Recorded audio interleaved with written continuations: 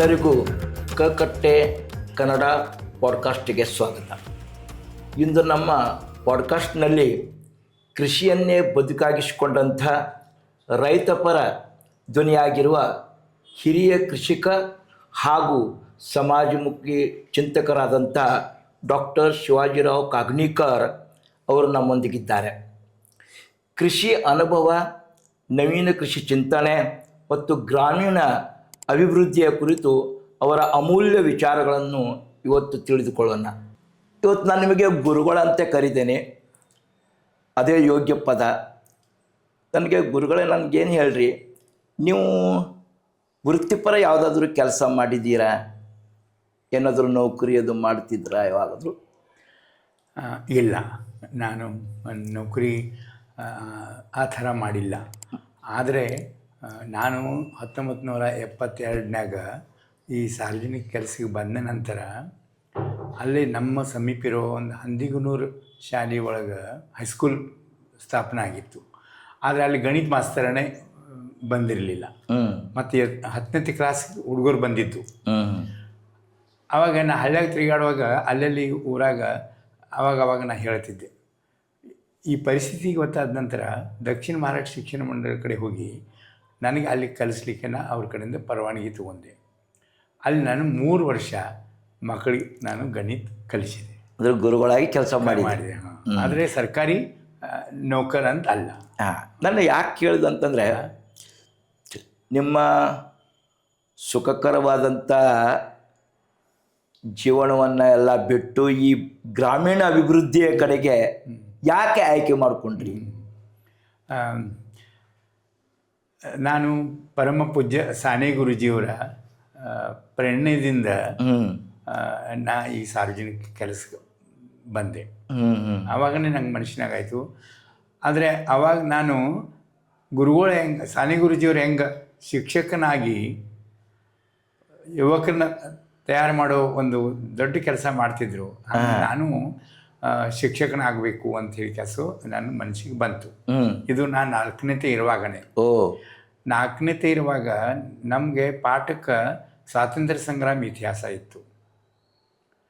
ನಾ ಅಂದೆ ಸ್ವರಾಜ್ಯ ಬಂತು, ಆದರೆ ಸ್ವರಾಜ್ಯ ಆಗಬೇಕಾದ್ರೆ ಸಾನೆ ಗುರುಜಿಯವ್ರು ಹೇಳಿದ ಪ್ರಕಾರ ಎಲ್ಲರೂ ಕಲಿಬೇಕು ಹಂಗೆ ಅಂತ ಹೇಳಿ ನಾ ಆವಾಗಿಂದನೇ ಕಲಿಸ್ಲಿಕ್ಕೆ ಶುರು ಮಾಡಿದೆ.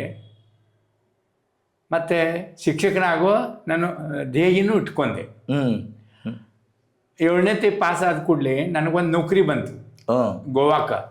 ಅದು ಗೋವಾಕ್ಕೆ ಸ್ವತಂತ್ರ ಬಂದಿತ್ತು.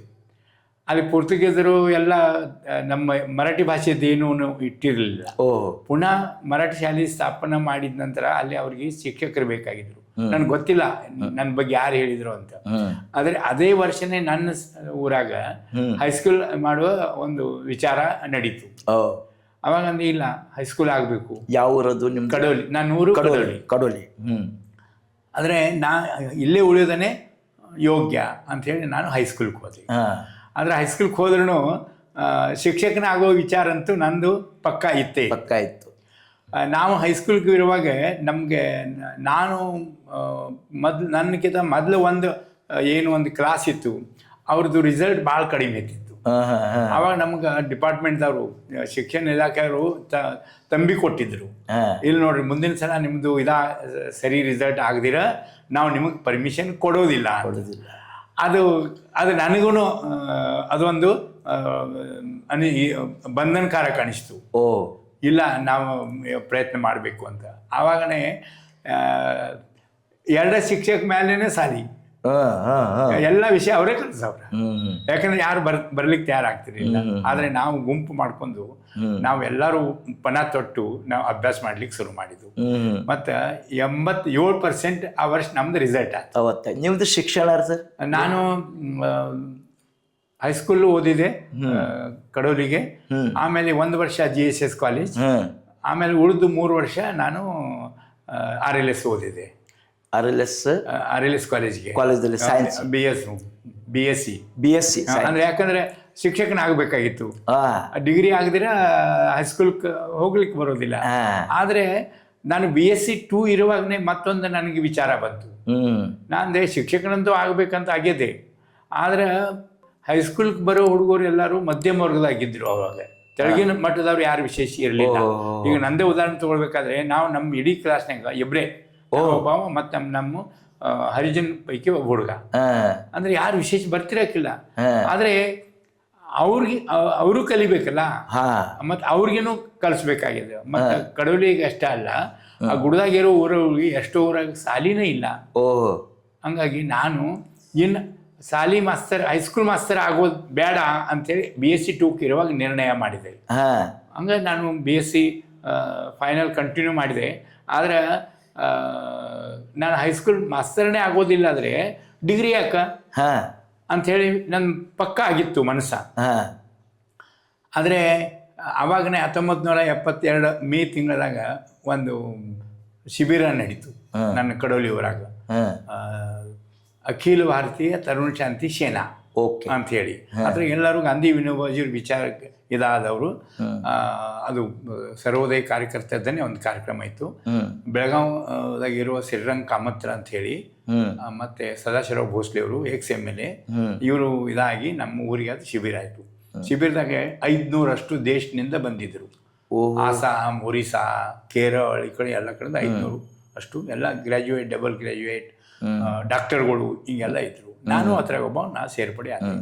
ಅದು ಶ್ರಮ ಸಂಸ್ಕಾರ ಶಿಬಿರ ಇತ್ತು. ಆ ಶಿಬಿರ ನಡೆಯುವಾಗ ಎಲ್ಲ ಪ್ರಬೋಧನ್ ಪರ ನಡೀತಿದ್ದು ಕಾರ್ಯಕ್ರಮ. ಇವೆಲ್ಲ ಶ್ರಮದಾನ ಮುಗಿದ ನಂತರ ಮಧ್ಯಾಹ್ನ ಇವೆಲ್ಲ ನಡೀತಿತ್ತು. ಸಂಜೆ ಕಡೆ ಒಬ್ಬೊಬ್ಬರು ಶಿಬಿರಾರ್ಥಿ ಬಂದು ತಮ್ಮ ಪ್ರತಿಜ್ಞೆ ಮಾಡ್ತಿದ್ರು. ನಾನು ನನ್ನ ದೇಶದ ಸಲುವಾಗಿ ಒಂದು 2 ವರ್ಷ ಕೆಲಸ ಮಾಡ್ತೀನಿ. ಈಗ ಕೆಲವು ಮಂದಿ ಪ್ರತಿ ರವಿವಾರ ನಾನು ಡಾಕ್ಟರ್ ಇದ್ದವ್ರು ಅಂದರು, ಇಲ್ಲ ನಾನು ರವಿವಾರ ಹೋಗಿ ಸೇವೆ ಮಾಡ್ತೀನಿ. ಇಂಜಿನಿಯರ್ ಅಂದರು, ನಾವು ಶಾಲೆ ಬಿಲ್ಡಿಂಗ್ ಕಟ್ಟೋದಿದ್ರೆ ನಾವು ಅದನ್ನು ಕಟ್ತೀವಿ ಅದಂತ. ಇದನ್ನು 14 ದಿವಸ ಕೇಳ್ಕೊತ ಬಂದೆ. 15ನೇ ದಿವಸ ನಾನು ನಿರ್ಣಯ ಮಾಡಿದೆ. ಸಾನೆ ಗುರೂಜಿಯವರು ಪ್ರತಿಮೆ ಮುಂದೆ ನೆತ್ತಿಕಾಸನ ಅಂದೆ. ಇದು ನನ್ನ ದೇಶದ ಸಲುವಾಗಿ ಇದು 1 ತಿಂಗಳ, 2 ತಿಂಗಳ, ವರ್ಷ, 2 ವರ್ಷ ಇದು ಸಾಲದ್ದು ಅಂಥೇಳಿ ನಾನು ಇಡೀ ಜೀವನನೇ ನಾ ಈ ಸಾರ್ವಜನಿಕ ಕೆಲಸಕ್ಕೆ ನಾನು ಸಮರ್ಪಿತ ಮಾಡ್ತೀನಿ ಅಂಥೇಳಿ ಗುರೂಜಿಯವರು ಇದ್ರಿಗೆ ನಿಂತು ನಾನು ಪ್ರತಿಜ್ಞೆ ಮಾಡಿದೆ. ನೀವು 50 ವರ್ಷಗಳವರೆಗೆ, ಇಲ್ಲಿವರೆಗೆ 50 ವರ್ಷ ಆಯ್ತು ನೀವು ಸತತವಾಗಿ ಗ್ರಾಮೀಣ ಪ್ರದೇಶದಲ್ಲಿ ಸುತ್ತಾಡಿ ಕೆಲಸ ಮಾಡ್ತೀರಿ. ಈಗ ನಿಮ್ಮ ವಯಸ್ಸು ಎಷ್ಟು ಈಗ? ನಂದೀಗ 76. ಮತ್ತೀಗ ನಿಮ್ದು ಆರೋಗ್ಯ ಎಲ್ಲ ಹೆಂಗೆ ಕಾಯ್ಕೊಳ್ತೀರಿ? ನನಗೆ ಸಕ್ಕರೆ ಕಾಯಿಲೆ ಆಗಿದೆ. ಅದು 35 ವರ್ಷದಿಂದ ಬಂದಿದೆ. ಅದು ಬರ್ಲಿಕ್ಕೂ ಮತ್ತೊಂದು ಕಾರಣ ಆಯಿತು. ಈಗ ನೀವು ಅದೆಲ್ಲ ಹೆಂಗೆ ಮೇಂಟೈನ್ ಹೆಂಗೆ ಮಾಡ್ತೀರಿ? ನಂದು ಕಡೋಲಿ ಊರು ಬಿಟ್ಟು ನಾನು 52 ವರ್ಷ ಆಯಿತು. ಯಾವಾಗಲೇ ಹೋಗಿರ್ತೀನಿ. ತಾಯಿ ತಂದೆಯವರು ನಾ ಈ ಸಾರ್ವಜನಿಕ ಕೆಲಸಕ್ಕೆ ಬರೋಕ್ಕಿಂತಾಗದು ಮುಂಚೆನೇ ಹೋದರು. ಹಾಗಾಗಿ ಅದೊಂದು ಅವ್ರು ನೋಡ್ಕೊಳ್ಳೋ ಜವಾಬ್ದಾರಿ ಅಂತೂ ಆವಾಗನೇ ಭಗವಂತ ಇದು ಮಾಡಿದ. ಹಾಗಾಗಿ ನಾನು ಹಳ್ಳಿಗೆ ತಿರುಗಾಡಿ. ಮದುವೆನೂ ಆಗಲಿಲ್ಲ? ಇಲ್ಲ, ಮದುವೆ ಆಗಲಿಲ್ಲ. ಮದುವೆ ಆಗಲಿಲ್ಲ ಅಂದರೆ ನನಗೆ, ನಾನು ಈ ಕೆಲಸಕ್ಕೆ ಬಂದ ನಂತರ ನನಗೆ ಒಂದು ಭಾಳ ದೊಡ್ಡ ಚಾಲೆಂಜ್ ಬಂತು. ನಮ್ಮ RLS ಕಾಲೇಜಿನವರು 2 ಪ್ರೊಫೆಸರು ಯಾರು ನನಗೆ ಅತಿ ಪ್ರೇಮ್ ಮಾಡ್ತಿದ್ರು. ನನ್ನ ಶಿಕ್ಷಣ ನಿಂತು ಹೋಗಬಾರ್ದು ಅಂತ ಹೇಳಿ ಕಾಳಜಿ ವಹಿಸೋರು ಕಣ್ಗಣಿ ಸರ್ ಅಂತ ಹೇಳಿ ಹೋಗ್ರು. ಅವರು ಈ ವಿಷಯ ಗೊತ್ತಾದ ಕೂಡಲೇ ಅವರು ನನ್ನ ಕರೆಸಿದ್ರು ತಮ್ಮ ಭೇಟಿ ಆಗಲಿಕ್ಕೆ. ಮಾತಾಡುವಾಗ ಅವರಂದರು, ಶಿವಾಜಿ, ಇದು ನಿನ್ನಂಥ ಕೆಲಸ ಅಲ್ಲೋ, ಯಾರು ಶ್ರೀಮಂತಿ, ಗಡಗಂಜಿ ಶ್ರೀಮಂತಿ ಅದಲ್ಲ. ಈಗ ಲಿಂಗರಾಜ್ ಅವರು, ಇವರು ನಮ್ಮ ಒಂಟಮುರಿ ದೇಸಾವರು, ಇಂಥವ್ರೆಲ್ಲ ಮಾಡೋದು ಆದರೆ ಅಂಥದ್ದೆಲ್ಲ. ಮತ್ತು ನೀ ಶಿಕ್ಷಕನ ಆಗಿ ಎಷ್ಟು ಚಲೋ ಕೆಲಸ ಮಾಡ್ಲಿಕ್ಕೆ ಶಕ್ಯ ಐತಿ ಅಷ್ಟು ಅಂತ ಹೀಗೆಲ್ಲ ನನಗೆ ಒಂದು ತಾಸು, 1.5 ತಾಸು ಕುಂದಿರಿಸ್ಕೊಂಡು ಮಾತಾಡಿದರು. ನಾನು ಅವ್ರ ಕಡೆ ಒಂದು ಚಕ್ಕರ್ ಶಬ್ದನೂ ತೆಗಿಲಿಲ್ಲ. ಯಾಕಂದರೆ ತೆಗೆಯೋದು ನನ್ನ ಅಧಿಕಾರನೂ ಇರಲಿಲ್ಲ. ಅವರು ನನಗೆ ಇಷ್ಟು ನನ್ನ ಹಿತಚಿಂತಕರೇ ಇದ್ದರು ಅವರು. ಆದರೆ ಅಲ್ಲಿಂದ ನಮಸ್ಕಾರ ಮಾಡಿ ಬಂದ ನಂತರ ನನ್ನ ಒಳಗೆ ಸಂಘರ್ಷ ನಡೀತು. ಆ ಸಂಘರ್ಷದಾಗ ಇಲ್ಲ, ನಾ ನಿರ್ಣಯ ಮಾಡಿದ್ದೇನೆ ಯೋಗ್ಯ ಅದ ಅಂಥೇಳಿ ನಾನು ಅದನ್ನ ಹಂಗೆ ಇದು ಮಾಡಿದೆ. ಆಮೇಲೆ ನನಗೆ ಯಾರ್ಯಾರು ಸಹಾಯ ಮಾಡಿದ್ರು ಅವರೆಲ್ಲರೂ ತಮ್ಮ अधिकाराದಿಂದನೇ याच्यासाठी आम्हाला तुला आम्ही मदत केली काय ಅಂತ ಹಿಂಗೆಲ್ಲ ಅವರು ಮಾತಾಡ್ಲಿಕ್ಕೆ ನಾ ಕಲ್ತಿದ್ದು ಮರಾಠಿ, ಸಂಪರ್ಕದಾಗಿರೋ ಮರಾಠಿ ಮಂದಿನೇ ಹೆಚ್ಚ. ಆದರೂ ಇಲ್ಲ ಇದನ್ನೇ ಅಂತೆ. ಆದರೆ ಇಷ್ಟು ನಿರ್ಣಯ ಆದ ನಂತರ ಇದ್ರಾಗ ನಂದು ಅಸ್ತಿತ್ವ ಉಳಿಬೇಕಲ್ಲ, ನನ್ನ ಕಡೆಯಿಂದ ಆಗ್ತೈತೋ ಇಲ್ಲೋ, ಇದು ನಂಗೆ ಒಂದು ದೊಡ್ಡ ಬಂತು ನನ್ನ ಎದುರಿಗೆ ಚಾಲೆಂಜ್. ಹಾಗಾಗಿ ನಾನು ನನ್ನ ಮನಸ್ಸು ಗಟ್ಟಿ ಮಾಡ್ತಾ ನನ್ನ ಎದುರಿಗೆ ಏನೇನು ಕೆಲಸ ಬಂತು ಅದನ್ನು ನಾನು ಕೆಲಸ ಮಾಡ್ತಾ ಹೋದೆ. ಮದುವೆನ ತ್ಯಾಗ ಮಾಡಿದ್ರಿ ನಂಗೆ ಅದು ಅವಾಗ ವಿಚಾರನೇ ಬರಲಿಲ್ಲ. ಆ ನಂತರನೂ ಬರೋ ಪ್ರಶ್ನೆನೇ ಬರಲಿಲ್ಲ. ಯಾಕಂದ್ರೆ ಇತ್ರಾಗನೇ ಇಷ್ಟು ಆನಂದಿತ್ತಿದ್ದೆ. ಅವ್ರಿಗೆ ಅಡ್ತೀನಿ ಇದು ಅಡ್ತೀನಿ, ಅವ್ರಿಗೆ ಕಲಿಸೋದು ಇವ್ರಿಗೆ ಕಲಿಸೋದು. ಯಾವ ಊರಾಗ ಶಾಲೆ ಇಲ್ಲ. ನಾನು ಹಳ್ಳ್ಯಾಗ ಹೋದ ನಂತರ ಯಾವ ಒಂದು ಹಳ್ಳಿಗೆ ಇರ್ಲಿಕ್ಕೆ ಹೋದೆ, ಅದು ನಿಂಗೇನೆಟ್ಟೆ ಅಂತ ಒಂದು ಊರು ಪೂಡ್ ಎಲ್ಲ ಬ್ಯಾಡ್ರು, ಎಷ್ಟಿ ಜನಾಂಗರು, ಫಕ್ತ ಒಂದೇ ಒಂದು ಮನಿ ಗೌಡ್ರದ್ದು, ಅದು ಲಿಂಗಾಯತ, ಅವ್ರದ್ದು ಅಷ್ಟೇ ಹಂಚಿನ ಮನಿ, ಇವೆಲ್ಲ ಹುಲ್ಲಿನ ಜೋಪಡಿ. ರಾಣಿ ಚೆನ್ನಮ್ಮ ಯೂನಿವರ್ಸಿಟಿ ಪಶ್ಚಿಮ ದಿಕ್ಕಕ್ಕೆ ಏನು ಗುಡ್ಡ ಅದ, ಅದೇ ಊರಾಗ ಒಂದು ವರ್ಷ ಒಂದು ಗುಡಿಯಾಗ ಹೋಗಿ ಉಳಿದೆ. ಅಲ್ಲಿ ಸಾಲಿ ಇತ್ತು, ಸಾಲಿ ಅದ, ಮಾಸ್ತರನೇ ಇಲ್ಲ. ನಾನು ಹೋದ್ಕೂಡ್ಲೆ ಅಲ್ಲೇ ಅವಾಗನೇ ರಾತ್ರಿ ಶಾಲೆ ಶುರು ಮಾಡಿದೆ ಮಕ್ಕಳನ್ನ ಕರ್ಕೊಂಡು. ಆದರೆ ನನ್ನ ತಲೆಯಾಗ ಬಂತು ಬಿಲ್ಡಿಂಗ್ ಅದ ಅಂದ್ರೆ ನಕ್ಕಿ ಶಿಕ್ಷಕರ ನೇಮಣೂಕ ಆಗಿರ್ಬೋದು, ಆಗ್ಲಿಕ್ಕೆ ಬೇಕು. ನಾನು ತಾಲೂಕಾ ಆಫೀಸ್ಗೆ ಹೋದ್ರೆ ಅವ್ರು ನನಗೆ ಮಾಹಿತಿನೇ ಕೊಡ್ಲಿಕ್ಕೆ ತಯಾರಿಲ್ಲ. ಅವ್ರ ಕಡೆಯಿಂದ ಮಾಹಿತಿ ಸಿಗ್ಲಿಲ್ಲ. ಆಮೇಲೆ DDP ಅವ್ರ ಕಡೆ ಹೋದೆ, ಇಲ್ಲಿ ನೋಡ್ರಿ ಹಿಂಗ ಸಾಲಿ ಅದ, ಮತ್ತು ಅಲ್ಲಿ ಶಿಕ್ಷಕರ ನೇಮಣೂಕ ಆಗಿದ್ದದ ಅಂತ ಕೆಲಸ ಅಂತೇಳಿ ಕೆಲಸ ನನಗೆ ಗೊತ್ತಾಗಿದೆ. ಆ ಶಿಕ್ಷಕರ ತಂದು ಏನು ಹಾಜರು ಮಾಡ್ತೀರಿ? ಅವ್ರು ಆಶ್ಚರ್ಯ, ಇದೇನು ಹೇಳತ್ತೀನಿ ಅಂತ. ಇಲ್ಲ ನಾ ಅದು ಹೇಳ್ತೀನಿ, ನೀವು ನೋಡ್ರಿ ಅಂತ ಕೆಲಸ ಅಂತಂದೆ. ಇಲ್ಲ ನಾನು ಆ ಥರ ದೇದ ತೆಗಿತೇನೆ ಅಂತ ಮಾಹಿತಿ ತೆಗಿತೀನಿ. ಅವ್ರಿಗೆ ಮಾಹಿತಿ ಸಿಕ್ಕಿತ್ತು. ಆದರೆ ಏನು ಕರ್ಕೊಂಬರ್ತೀರಿ ಅಂತೇಳಿ ಕೆಲಸ ಅಂದ್ರೆ, ಇಲ್ಲ ಶಿವಾಜಿ ಇನ್ನೊಂದು 8 ದಿವಸ ಕೊಡು ಅಂತ ಕೆಲಸ ಅಂತಂದರು. ಆಮೇಲೆ 8 ದಿವಸ ಅವ್ರು ಕರ್ಕೊಂಬಂದರು. ಆ ಶಿಕ್ಷಕರಿಗೆ ಕೇಳ್ತಾರೆ, ಇಲ್ಲಿ ಮಕ್ಕಳು ಎಲ್ಲಿದಾರ ಕಲ್ಸಕ್ಕೆ ಅಂತಂದ್ರು ಅವರು. ಈ ಮಕ್ಕಳು ಇರಲಿ ಇರದಿರಲಿ, ನೀವು ಪಗಾರ ತಗೋತೀರೇನಿಲ್ಲ, ನೀವು ಇಲ್ಲಿ ಬಂದು ಕುಂದ್ರು ಕೆಲಸ ಮಾಡಿರಿ. ಹೌದು, ಇದ್ರ ಪಗಾರ ತಗೋದಿಲ್ಲ ಅಂತ ಹೇಳ್ರಿ, ನಾವು ನಿಮ್ಮನ್ನು ಕೇಳೋದಿಲ್ಲ ಅಂತ ಹಿಂಗಾಯ್ತು. ಸ್ವಲ್ಪ ಉದ್ದಡ್ತನೂ ಆಗಿರ್ಬೋದು. ನಂದು ಮಕ್ಕಳು ತಂದು ಕೊಡೋ ಜವಾಬ್ದಾರಿ ನಂದು. ಅವಾಗ ಸ್ವಲ್ಪ ಅಲ್ಲಿ ರಾತ್ರಿ ಶಾಲೆ ಬರೋ ಹುಡುಗರು 6 ತಿಂಗಳದಾಗ ತಯಾರಾಗಿರೋರು, ಅವ್ರು ನನ್ನ ಬಂದು ನಿಂತಂತಾರು ಅಂತಾರ, ಇಲ್ಲಿ ಎಲ್ಲೈತಿ ಕುರ್ಚಿ ಎಲ್ಲೈತಿ. ಆ ಹುಡುಗರು ಹೇಳ್ತಾರ, ನಾವು ನಿಮಗೆ ಕುರ್ಚಿ ತಂದು ಕೊಡ್ತೀವಿ. ಒಬ್ರು ಹೇಳ್ತಾರ, ಇಲ್ಲ ನಾವು ನಿಮ್ಗೆ ಬೋರ್ಡ್ ತಂದು ಕೊಡ್ತೀವಿ ಅಂತೆ. ಇರೋ ಜಾಗ ಎಲ್ಲೈತಿ? ಅವಾಗ ನಾವೇ ಎಲ್ಲ ಕೂಡಿ ಅಂದು, ಶಾಲೆಯಾಗ ಅಷ್ಟೇನು ಮಕ್ಕಳು ಇರೋದಿಲ್ಲ, ಅರ್ಧ ಒಂದು ಹಾಕಿ ಕೊಡ್ತೀವಿ, ಈ ಕಡೆ ನೀವು ಇರ್ರಿ, ಈ ಕಡೆ ನಮ್ಮದು ಶಾಲೆ ಆಗ್ತದೆ. ಹಿಂಗಾಗಿ ಶಾಲೆ ಶುರು ಆಗ್ತದೆ.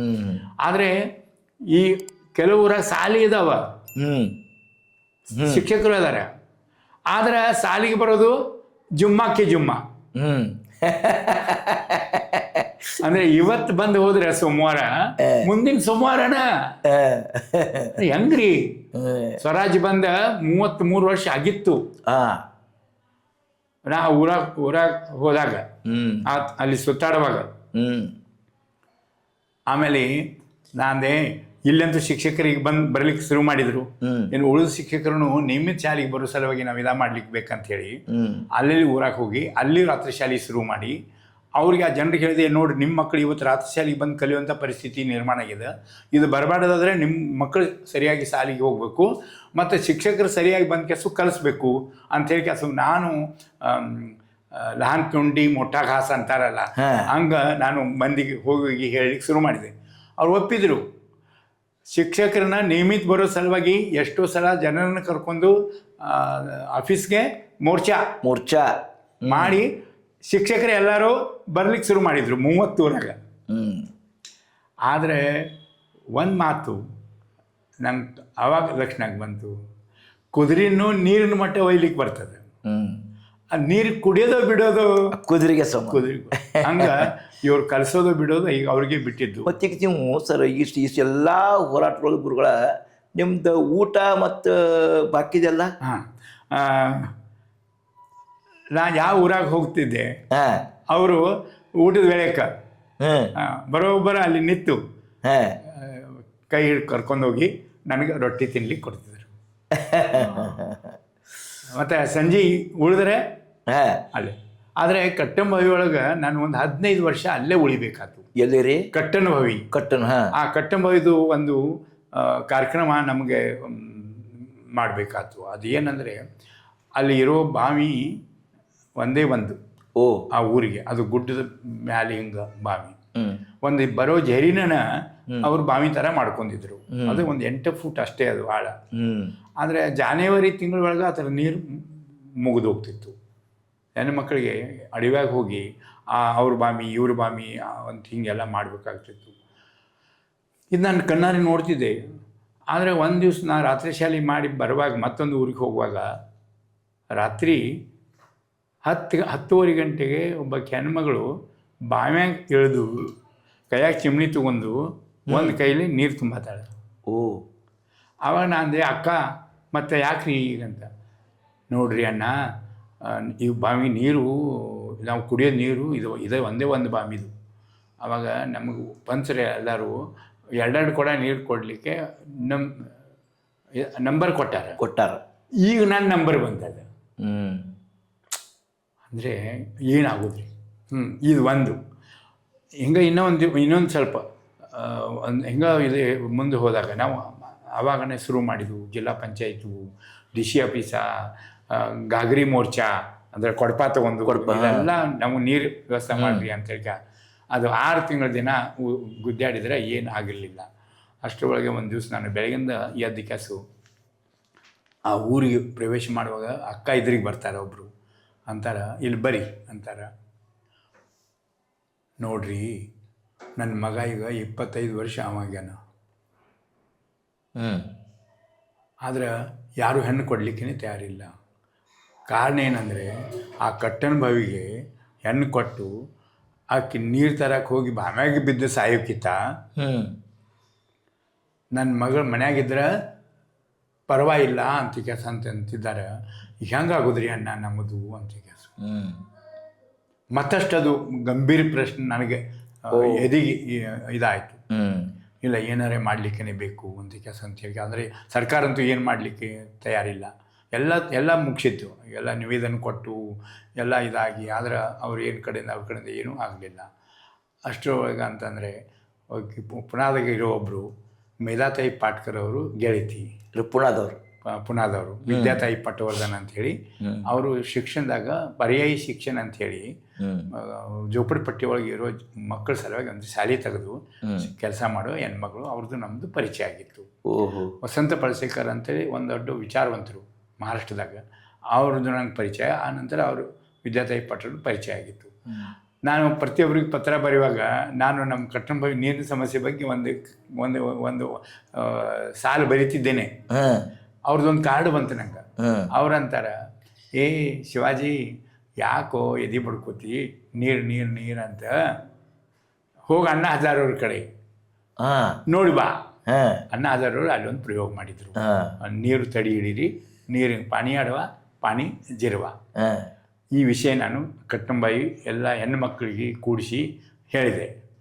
ನೋಡಿರಿ, ನಮ್ಮ ಹೆಣ್ಣುಮಕ್ಕಳ ನೀರಿನ ಸಮಸ್ಯೆ ಇವತ್ತೇನು ಕಟ್ಟಂಬಾಯಿಗದ, ಇದೇ ಥರ ನಾನು ಅಲ್ಲಿ ರಾಳಿನ ಸಿಂಧಿಗೆ ಅಹಮದ್ನಗರ ಜಿಲ್ಲೆದಾಗಿತ್ತು. ಆದರೆ ಅಣ್ಣ ಹಜಾರವ್ರು ಅದಕ್ಕೆ ಒಂದು ಪರ್ಯಾಯ ಹುಡುಕಿ ಆ ನೀರಿನ ಸಮಸ್ಯೆ ಬಗೆಹರಿಸ್ಯಾರ. ಅದು ಏನು ಮಾಡ್ಯಾರ ಅಂತ ಕೆಲಸ ಅಂತ ಅನ್ನೋದು ನಾವು ನೋಡ್ಲಿಕ್ಕೆ ಹೋಗೋಣ. ಎಲ್ಲರೂ ತಯಾರಾದರು. ಸ್ವಂತ ಖರ್ಚಲ್ಲಿ ಬಂದರು. ಹೋಗಿ ನಾವು ನೋಡಿ ಬಂದು ಸೆಪ್ಟೆಂಬರ್ದಾಗ ನೀರು ಹಿಂಗೆ ಬಾವಿಗೆ ಹಿಂಗೆ ಕಟ್ಟಡ ಮ್ಯಾಗ ನಿಂತ ಕೆಲಸ ನೀರು ತಗೋಬೋದು. ಅಷ್ಟೇ ಅಲ್ಲದೇ ಹೊಲದಾಗ ನೀರು ಬಾವಿಗಳಿಗೆ ನೀರು ಬಂದು ಉಳ್ಳಾಗಡ್ಡಿ ಬೆಳೀಲಿಕ್ಕೆ, ಅದು ಉಳ್ಳಾಗಡ್ಡಿ ಬೆಳೆಯುವ ಪ್ರದೇಶ ಅದು. ಹ್ಮ್. ಅದು ಮತ್ತು ಅವ್ರ ಆರ್ಥಿಕ ಸ್ಥಿತಿ ಚೆನ್ನಾಗಿ ಆಗ್ತಾ ಬಂದಿತ್ತು. ಇದನ್ನೆಲ್ಲ ಅವರು ಕೇಳ್ಕೊಂಡ್ರು, ನೋಡಿದರು, ನಮ್ಮ ಊರಾಗೂ ಮಾಡೋಣ ಅಂತ ಕೆಲಸ ಅಂತ ಅಂದರು. ಆದರೆ ಹೆಣ್ಮಕ್ಳ ಕಡೆಯಿಂದ ಅಷ್ಟೇ ಆದರೆ ಆಗೋದಿಲ್ಲ. ಯಾಕಂದರೆ ಗಂಡು ಮಕ್ಕಳು ಅದಾರಲ್ಲ, ಅವರಂತೂ ನಿಮ್ಗೆ ಗೊತ್ತದಾರ ಅವರು ಹೆಂಗೆ ಮಾಡ್ಕೋದಾರ ಮಾಡ್ಕೊಳ್ಳಿ ಅಂತ ಅನ್ನೋ ಪೈಕಿ ಅವ್ರನ್ನೂ ಒಂದು 30 ಯುವಕರನ್ನ ಕರ್ಕೊಂಡು ಹೋದೆ ತೋರಿಸ್ಲಿಕ್ಕೆ. ಅವರು ನೋಡಿ ಬಂದರು. ಎಲ್ಲರಿಗೂ ಒಪ್ಪಿಗೆ ಆಯ್ತು, ಈ ಥರ ಮಾಡಿದರೆ ನಮ್ಮ ಊರಾಗೂ. ಮತ್ತು ಅದು ಏನಿತ್ತು ರೀ, ನೈಸರ್ಗಿಕ ಒಂದು ಅವಕಾಶನೂ ಇತ್ತು ನಮ್ಗೆ. ಒಂದು ಊರಿಲ್ಲಿ ಈ ಕಡೆ ಗುಡ್ಡ, ಈ ಕಡೆ ಗುಡ್ಡ, ಹಿಂಗೆ ಒಂದು 3 ಕಡೆಯಿಂದ ಗುಡ್ಡ. ಆ ಗುಡ್ಡ ಮ್ಯಾಗ ಇದ್ದಿದ್ದು ಗಿಡಗಳೆಲ್ಲ ಕಡಿದು ಬೋಳು ಮಾಡಿ ಹೊಲ ಮಾಡೋಕ್ಕೆ ಹೋಗಿ ಆ ಹೊಲದ ಮ್ಯಾಗ ಅದ್ರ ಮಣ್ಣೆಲ್ಲ ಹೋಗಿ ಆ ಹೊಲ ಬೆಳೆದಂಗೆ ಆಗಿ ಕುಂತಿತ್ತು. ಅಯ್ಯೋ. ಆದರೆ ಅನ್ನಹದಾರವ್ರ ಪ್ರಕಾರ ಮಾಡಬೇಕಾದ್ರೆ ನಾವು ಮಳೆ ನೀರು ಹಿಡಿಬೇಕು. ಮತ್ತು ಅದು ಈ ಸಮಾಂತರ ಇದು ನಮ್ಮ ಇಳಿಜಾರ ಪ್ರದೇಶದಾಗ ಹಿಡಿಬೇಕಾದ ಚರಂಡಿಗಳನ್ನು ತೆಗಿಬೇಕು ಅಂತ ಕೆಲಸ ನಾನು ಪೂರ್ಣ ಅರ್ಥ ಮಾಡ್ಕೊಂಡೆ. ಆದರೆ ಆವಾಗನೇ ನಾನು ಜನಜಾಗರಣ ಸಂಸ್ಥೆ ಜೊತೆ ಕೆಲಸ ಮಾಡ್ಲಿಕ್ಕೆ ಶುರು ಮಾಡಿ, ನಾವು ಹುಟ್ಟಾಕಿದ್ದು ಅದರ ಜೋ ಚೆನ್ನಕಲ ಮತ್ತು ನಾನು ಕೂಡಿ ಜನಜಾಗರಣ ಅಂತ ಒಂದು ಸಂಸ್ಥೆ ಶುರು ಮಾಡಿ, ಸಂಸ್ಥೆ ಮೂಲಕನೇ ನಾವು ರಾತ್ರಿ ಶಾಲೆ ನಾವೆಲ್ಲ ಮಾಡ್ಲಿಕ್ಕೆ ಶುರು ಮಾಡಿದ್ದು. ಸರ್ವೋದಯ ಕಾರ್ಯಕರ್ತರ ಅಷ್ಟರೊಳಗೆ 75 ತುರ್ತು ಪರಿಸ್ಥಿತಿದಾಗ ಇವರೆಲ್ಲರೂ ಜೈಲ್ದಾಗ ಹಾಕಿದ ನಂತರ ಎಲ್ಲರೂ ಮುದುಕರು ಅವ್ರವ್ರು ತಮ್ಮ ಮನೆಗೆ ಹೋಗಿ ಪಾಪ ಆರಾಮ ಮಾಡ್ಕೊತ ಉಳಿದಿರ್ಬೇಕು. ನನ್ನಂತ ಒಂದು ಪ್ರಶ್ನೆ ಬಂತು. ನಾನೇನು ಮತ್ತೆ ತಿರುಗಿ ಹೊಳ್ಳಿ ನಮ್ಮ ಮನೆಗೆ ಹೋಗೋಂಗಿರಲಿಲ್ಲ. ಕ್ರಿಶ್ಚಿಯನ್ ಫಾದರ್ ಭೇಟಿ ಆದ್ರೆ ನಂಗೆ, ಅದು ಪವರ್ಲೂಮ್ ಕಾರ್ಮಿಕರ ಒಳಗೆ ಸಂಘಟನಾ ಕಟ್ಟುವಾಗ ಅವ್ರದ್ದು ನಂದು ಪರಿಚಯ ಆಗಿತ್ತು.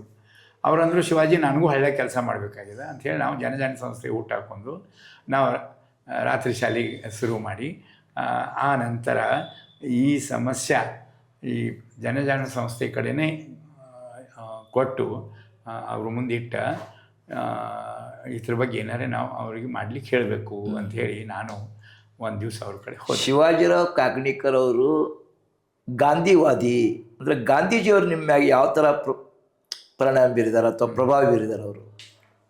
ಸಾನೆ ಗುರೂಜಿಯವರು ಸ್ವಾತಂತ್ರ್ಯ ಸಂಗ್ರಾಮದಾಗ ಇದ್ದರು. ಅವರು ಗಾಂಧೀಜಿಯವರು ಶಿಷ್ಯರು. ಸಾನೆ ಗುರೂಜಿಯವರು ಗುರುಗಳು ಗಾಂಧೀಜಿಯವರು. ಹಂಗೆ ನನಗೂ ಅವರು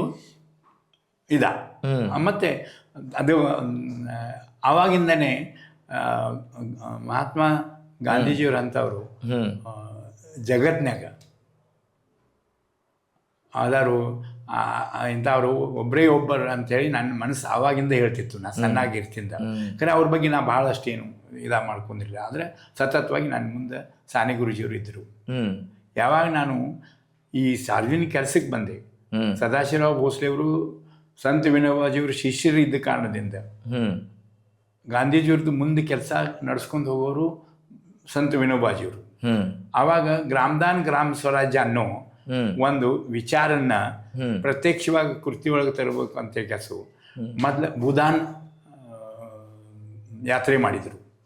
ಅದ್ರಾಗ 46,08,000 ಎಕರೆ ಭೂಮಿ ಭೂದಾನ್ದಾಗ ಅವ್ರು ಪಡೆದ್ರು.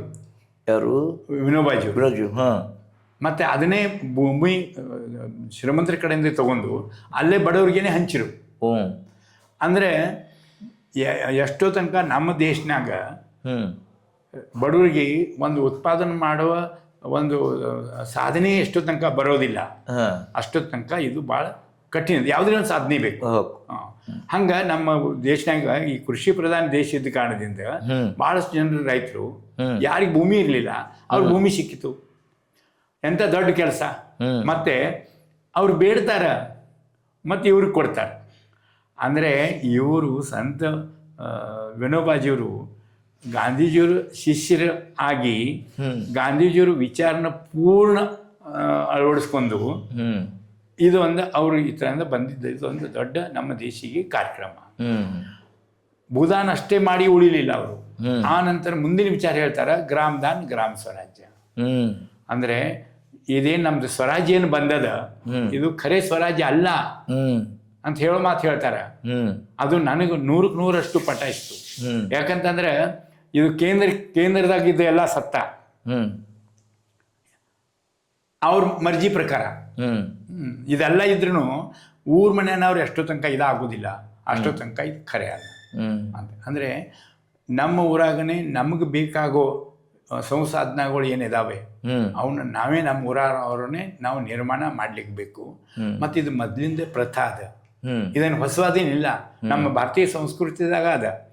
ಹೊಲ ಮಾಡೋರು ಹೊಲ ಮಾಡ್ತಿದ್ದಾರೆ, ಬಾರ ಬಲುತ್ತಿದ್ದಾರು, ಲೋಹಾರು, ಸುತಾರು, ಚಾಮ್ಗಾರು, ಅರಿವು ಹೊಲ್ಯಾಮು, ಕುಂಬಾರು, ಇವರೆಲ್ಲ ಅಲ್ಲಲ್ಲಿ ಉದ್ಯೋಗ. ಅವ್ರಿಗೆ ಒಂದು ಉದ್ಯೋಗನೂ ಅದ ಮತ್ತು ಅದು ಒಂದು ಸೇವೆನೂ ಅದ. ಅಂದರೆ ಪರಸ್ಪರ ಅವಲಂಬನೆ ಇದಾದೆ. ಇದು ನಮ್ಮ ಮದ್ದಿನ ಊರದ ರಚನೆ. ಈ ಥರ ಏನು ಕೊರತೆ ಅದ ಅದನ್ನು ನಾವು ಹುಡ್ಕೊಂಡು ಅದನ್ನು ದುರಸ್ತು ಮಾಡೋ ಜವಾಬ್ದಾರಿ ಅಷ್ಟೇ ನಮ್ಮದು. ಅದನ್ನು ಮಾಡಲಿಕ್ಕೂ ಊರ ಜನರಿಗೆ ಮತ್ತು ಆ ಊರನವ್ರಿಗೆ ಒಂದು ಸ್ವಾತಂತ್ರ್ಯ ಇರಾಕಬೇಕು, ಸ್ವಾತಂತ್ರ್ಯ ಇರಬೇಕು. ಅಂದ್ರೇ ಅದಕ್ಕನ ಅವ್ರು ಅಂದರು ಗ್ರಾಮ ಸ್ವರಾಜ್ಯ. ಗ್ರಾಮದಾನ ಆಮೇಲೆ ಬರ್ತದೆ. ಗ್ರಾಮ ಸ್ವರಾಜ್ಯ ಬಂತಂದ್ರೆ ಆ ಊರನ್ನ ಏನು ಮಾಡ್ಬೇಕಂತ ನಿರ್ಣಯ ಅವ್ರು ಮತ್ತೆ ಅದನ್ನೇ ಮಾಡ್ತಿರು ಮದ್ದಿನವರು. ಈ ನಮ್ಮ ಇಂಗ್ರಜರು ಬರೋಣ ಅವರು ಎಲ್ಲ ಇದನ್ನ ಒಡೆದು ಹಾಕಿದ್ರು. ರಾಜರು ಇದ್ರು, ರಾಜ ಇದ್ರೂ ಅವ್ ಖಂಡನಿ ವಸೂಲು ಮಾಡೋ ಇಷ್ಟು ಬಿಟ್ರೆ ಜನರಿಗೆ ಏನು ಅವ್ರದ್ದೇನು ಅವ್ರ ದುಃಖದ್ರೆ ಏನೋ ಸುಖದಾಗಿದ್ದರೆ ಏನು ಸಂಬಂಧ ಇರಲಿಲ್ಲ. ಅವ್ರು ತಮ್ಮ ಆರಾಮ್ ಇದು ಇರ್ತಿದ್ರು. ಆದರೆ ಇಂಗ್ರಜರು ಬರೋಣ ಮಾತ್ರ ಅವ್ರು ತಮ್ಮ ಹಿಡಿತು ಇವ್ರ ಮೇಲೆ ತಂದು ಮೊದಲಿನ ವ್ಯವಸ್ಥೆ ಅವರು ನೋಡ್ಕೊಳ್ಳಿಲ್ಲ ಅಂದ್ಲ, ಅವರು ಅದನ್ನು ಮುರಿದ್ರು. ಆದರೆ ಹೇಳ್ತಾರೆ ವಿನೋಬಾಜಿಯವರು, ಇಲ್ಲ ಪುನಃ ಅದು ಪುನರ್ಸ್ಥಾಪನೆ ಆಗಬೇಕು. ಅದು ಆಗುವಾಗ ಇದು ನಮಗೆ ಸ್ವಾತಂತ್ರ್ಯ ಇರಬೇಕಾದ್ರೆ ಅದೊಂದು ಕಾನೂನು ಆಗಬೇಕು. ಅದೇನಂದ್ರೆ ಗ್ರಾಮದಾನ. ಅಂದರೆ ಇಡೀ ಊರಿಗೆ ಕೆಲಸ ಮಾಲ್ಕಿದು. ಅಲ್ಲಿ ಇರೋ ಭೂಮಿ ಯಾರ್ದು, ನಿಮ್ಮದು ನಂದು, ನಾವು ದುಡ್ಕೊಳ್ಳಿಕ್ಕೆ ಅಷ್ಟೇ, ಅದ್ರ ಹತ್ರ ಮಾಲ್ಕಿ ನಷ್ಟ ಆಗಬೇಕು ಅಂತ ಹೇಳಿ ಅಂತ ವಿಚಾರ ಹೇಳಿದರು. ಅಂದ್ರೆ ಮಾಲ್ಕಿ ಯಾರ್ದು, ಊರದ್ದು. ಯಾರಿಗೂ ಅದನ್ನ ಮಾರೋದು ಮತ್ತೆ ಬಿಡೋದು ಈ ವಿಷಯ ಸಂಬಂಧನೇ ಇಲ್ಲ. ಮತ್ತೆ ಯಾರ ಕಡೆ ಎಷ್ಟು ಇದೆ ಭೂಮಿ ಅದ್ರದ್ದು 5ನೇ ಭಾಗ ಇದು ಊರಿದ್ ಆಗಿರ್ಬೇಕು. ಆ ವಿಚಾರ ಇಟ್ಕೊಂಡು ಅವರು ಬೋಧಾನ್, ಈಗ ನಿಮ್ಮ ಕಡೆ 100 ಎಕರೆ ಇದ್ರೆ ನಿಂಗೆ 100 ಎಕರೆ ಇಟ್ಕೊಳಕ್ಕೆ ನಿಂಗೆ ಅಧಿಕಾರ ಇಲ್ಲ. ಅದ್ರ ಅಂದು ನಾವೊಬ್ಬ 5ನೇ ಮಗ ಅದೇನಿ ಅಂದ್ರೆ ಅದಕ್ಕೆ 5 ಭಾಗಿಸಿದ್ರೆ ಎಷ್ಟು ಬರ್ತದಲ್ಲ ಅಷ್ಟು ನೀವು ನಂಗೆ ಕೊಡ್ಬೇಕಂದ್ರೆ ಸಮಾಜಕ್ಕೆ ಕೊಡ್ಬೇಕು.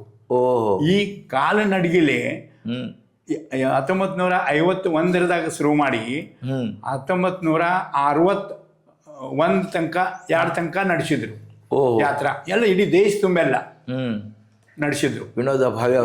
ವಿನೋಬಾಜಿ ಭಾವೆಯವರು. ಇದು ಒಂದು ಸ್ವಲ್ಪ ಆಮೇಲೆ ನಾನು ಆಳ್ವಾಗ ಹೋಗಿ ತಿಳ್ಕೊಂಡ ನಂತರ ನಾನೇ ಇದು ಒಂದೇ ದಾರಿ ಕಾಣ್ತದೆ. ಗಾಂಧೀಜಿ ವಿನೋಬಾಜಿಯವರು ಇದೇನು ಒಂದು ವಿಚಾರ ಸಮಾಜದ ಉದ್ಧಾರ ಸಲುವಾಗಿ ಏನು ಹೇಳ್ಯಾರ ಇದು ಅಂತ ನನಗೆ ಅದು ಇದಾಗಿ ಇವ್ರ ಜೊತೆ ಕೆಲಸಕ್ಕೆ ಶುರು ಮಾಡಿದೆ. ಆದರೆ ತುರ್ತು ಪರಿಸ್ಥಿತಿದಾಗ ಇವರೆಲ್ಲರೂ ವಯಸ್ಸಾದವರಿದ್ದರು. ಶ್ರೀರಂಗ ಕಾಮತನವರು, ಆಮೇಲೆ ಸದಾಶಿವರಾವ್ ಭೋಸ್ಲೆ ಅವರು, ಇವರೆಲ್ಲರೂ ಆ ಸದಾಶಿವರಾವ್ ಭೋಸ್ಲೆ ಅಂತ ಹೋಗಿ ವಿನೋಬಾಜಿಯವರ ಆಶ್ರಮದಾಗ ಕುಂತ್ಬಿಟ್ರು ಜೈಲಿನಿಂದ ಬಂದ ನಂತರ. ನಾನು ಒಬ್ಬನೇ ಉಳಿದೆ. ಆದರೆ ಕ್ರಿಶ್ಚಿಯನ್ ಫಾದರ್ ಅಂತವರು ಬಂದು ನಾವು ಜನಜಾಗರಣ ಮಾಡಿ ಹಳ್ಳಿಯ ಕೆಲಸಕ್ಕೆ ಮಾತ್ರ ನಾವು ಅದಕ್ಕೇನು ಮಾಡಲಿಲ್ಲ. ಆವಾಗನ ಮತ್ತೊಂದು ನಾನು ಗೋಬರ್ ಗ್ಯಾಸ್ ಪ್ಲಾಂಟ್ದು ಒಂದು ವಿಚಾರ ನಾನು ಬಂತು ನನಗೆ. 73ದಾಗ ನಾನು ಈ ನಮ್ಮ ಕಡೆ ಇರೋ ಸಗಣಿನಿಂದನೇ ಗ್ಯಾಸ್ ತಯಾರು ಮಾಡ್ಲಿಕ್ಕೆ ಬರ್ತದ ಅಂತ ಅನ್ನೋದು ನಾನು ಒಂದು ಸ್ವಲ್ಪ ಓದಿದ್ದೇನು ಮತ್ತು ಸ್ವಲ್ಪ ತಿಳ್ಕೊಂಡಿದ್ದೆ. ಅದು ಅದ್ರ ಮೊದಲ ಗುಜರಾತ್ದಾಗನೇ ಅದರ ಪ್ರಯೋಗ ಆಗಿತ್ತು. ಅಂದ್ರೆ ಸಗಣಿ ಅದು ಸಗಣಿ ನಾವು ಹಂಗೆ ಹೊರಗೆ ಒಟ್ಟು ಮಾಡಿದ್ರೆ ಬೆಳಗಿನ ನೋಡಿದ್ರೆ ಆ ಥರನೇ ಗ್ಯಾಸ್ ಹೋಗ್ತಿರ್ತದೆ.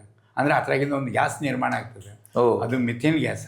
ಅದು ಊರ್ಲಿಕ್ಕೆ ಉಪಯೋಗ ಆಗ್ತದೆ ಅಂತ ಅನ್ನೋದು ಸಂಶೋಧಕರು ಅದನ್ನು ಸಿದ್ಧ ಮಾಡಿದರು. ಆದರೆ ಇದು ಪ್ರತಿ ಊರಾಗ ಆಗಬೇಕಲ್ಲ ಅಂಥೇಳಿ ನಾನು ತ್ರ್ಯಂಬಕೇಶ್ವರಕ್ಕೆ ಹೋಗಿ ನಾಸಿಕಕ್ಕೆ ಅದನ್ನು ಕಲ್ಕೊಂಡು ಬಂದೆ. ಗೌಂಡಿ ಮೆಷನ್ಸ್ ಎಲ್ಲರೂ ಟ್ರೈನಿಂಗ್ ಕೊಟ್ಟು ತಯಾರು ಮಾಡಿ ಅಲ್ಲಿ ಊರೂರಿಗೆ ಹೋಗಿ ಯಾರ ಕಡೆ ದನಕರುಗಳಿದಾವೆ ಅವ್ರಿಗೆ ನೀವು ಗ್ಯಾಸ್ ಪ್ಲಾಂಟ್ ಕಟ್ಟ್ರಿ ಅದು ಅಂತ ಕೆಲಸ ಅಂತ ನಾನು ಈ ಜನಜಾಗರಣ ಸಂಸ್ಥೆ ಬರೋಕ್ಕಿಂತ ಮೊದಲೇ ಒಂದು 300 ಮಾಡಿದ್ದೆ. ಅದು ಡ್ರಮ್ ಕೆಬ್ಬಣದ್ದು ಕಬ್ಬಡ್ದು ಆದರೆ ಅದು ಭಾಳ ತುಟಿ ಆಗ್ತಿತ್ತು, ಬಡವ್ರಿಗೆ ಮಾಡ್ಲಿಕ್ಕೆ ಶಕ್ಯ ಇರಲಿಲ್ಲ. ಅಷ್ಟರೊಳಗೆ ಮತ್ತೊಂದು ಬಂತು, ದೀನ್ ಬಂದು ಅಂತ. ಅದು ಎಲ್ಲ ಸಿಮೆಂಟ್ ಇಟ್ಟಂಗಿದಾಗನೇ ಕಟ್ಟೋದು. ಅದನ್ನು ಹೋಗಿ ಕಲ್ಕೊಂಡ್ಬಂದೆ ತ್ರ್ಯಂಬಕೇಶ್ವರಕ್ಕೆ.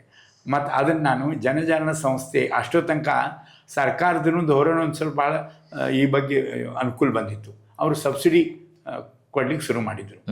ಅಂದರೆ ಸಬ್ಸಿಡಿ ಮತ್ತು ಪ್ಲಸ್ ಅದಕ್ಕೆ ಬರೋ ಖರ್ಚಿನಂದು ಉಳಿದು ಆ ಮಾಲಕರು ಹಾಕಿದರೆ ಅವ್ರಿಗೆ ಪ್ಲ್ಯಾಂಟ್ ಸಿಗ್ತದೆ.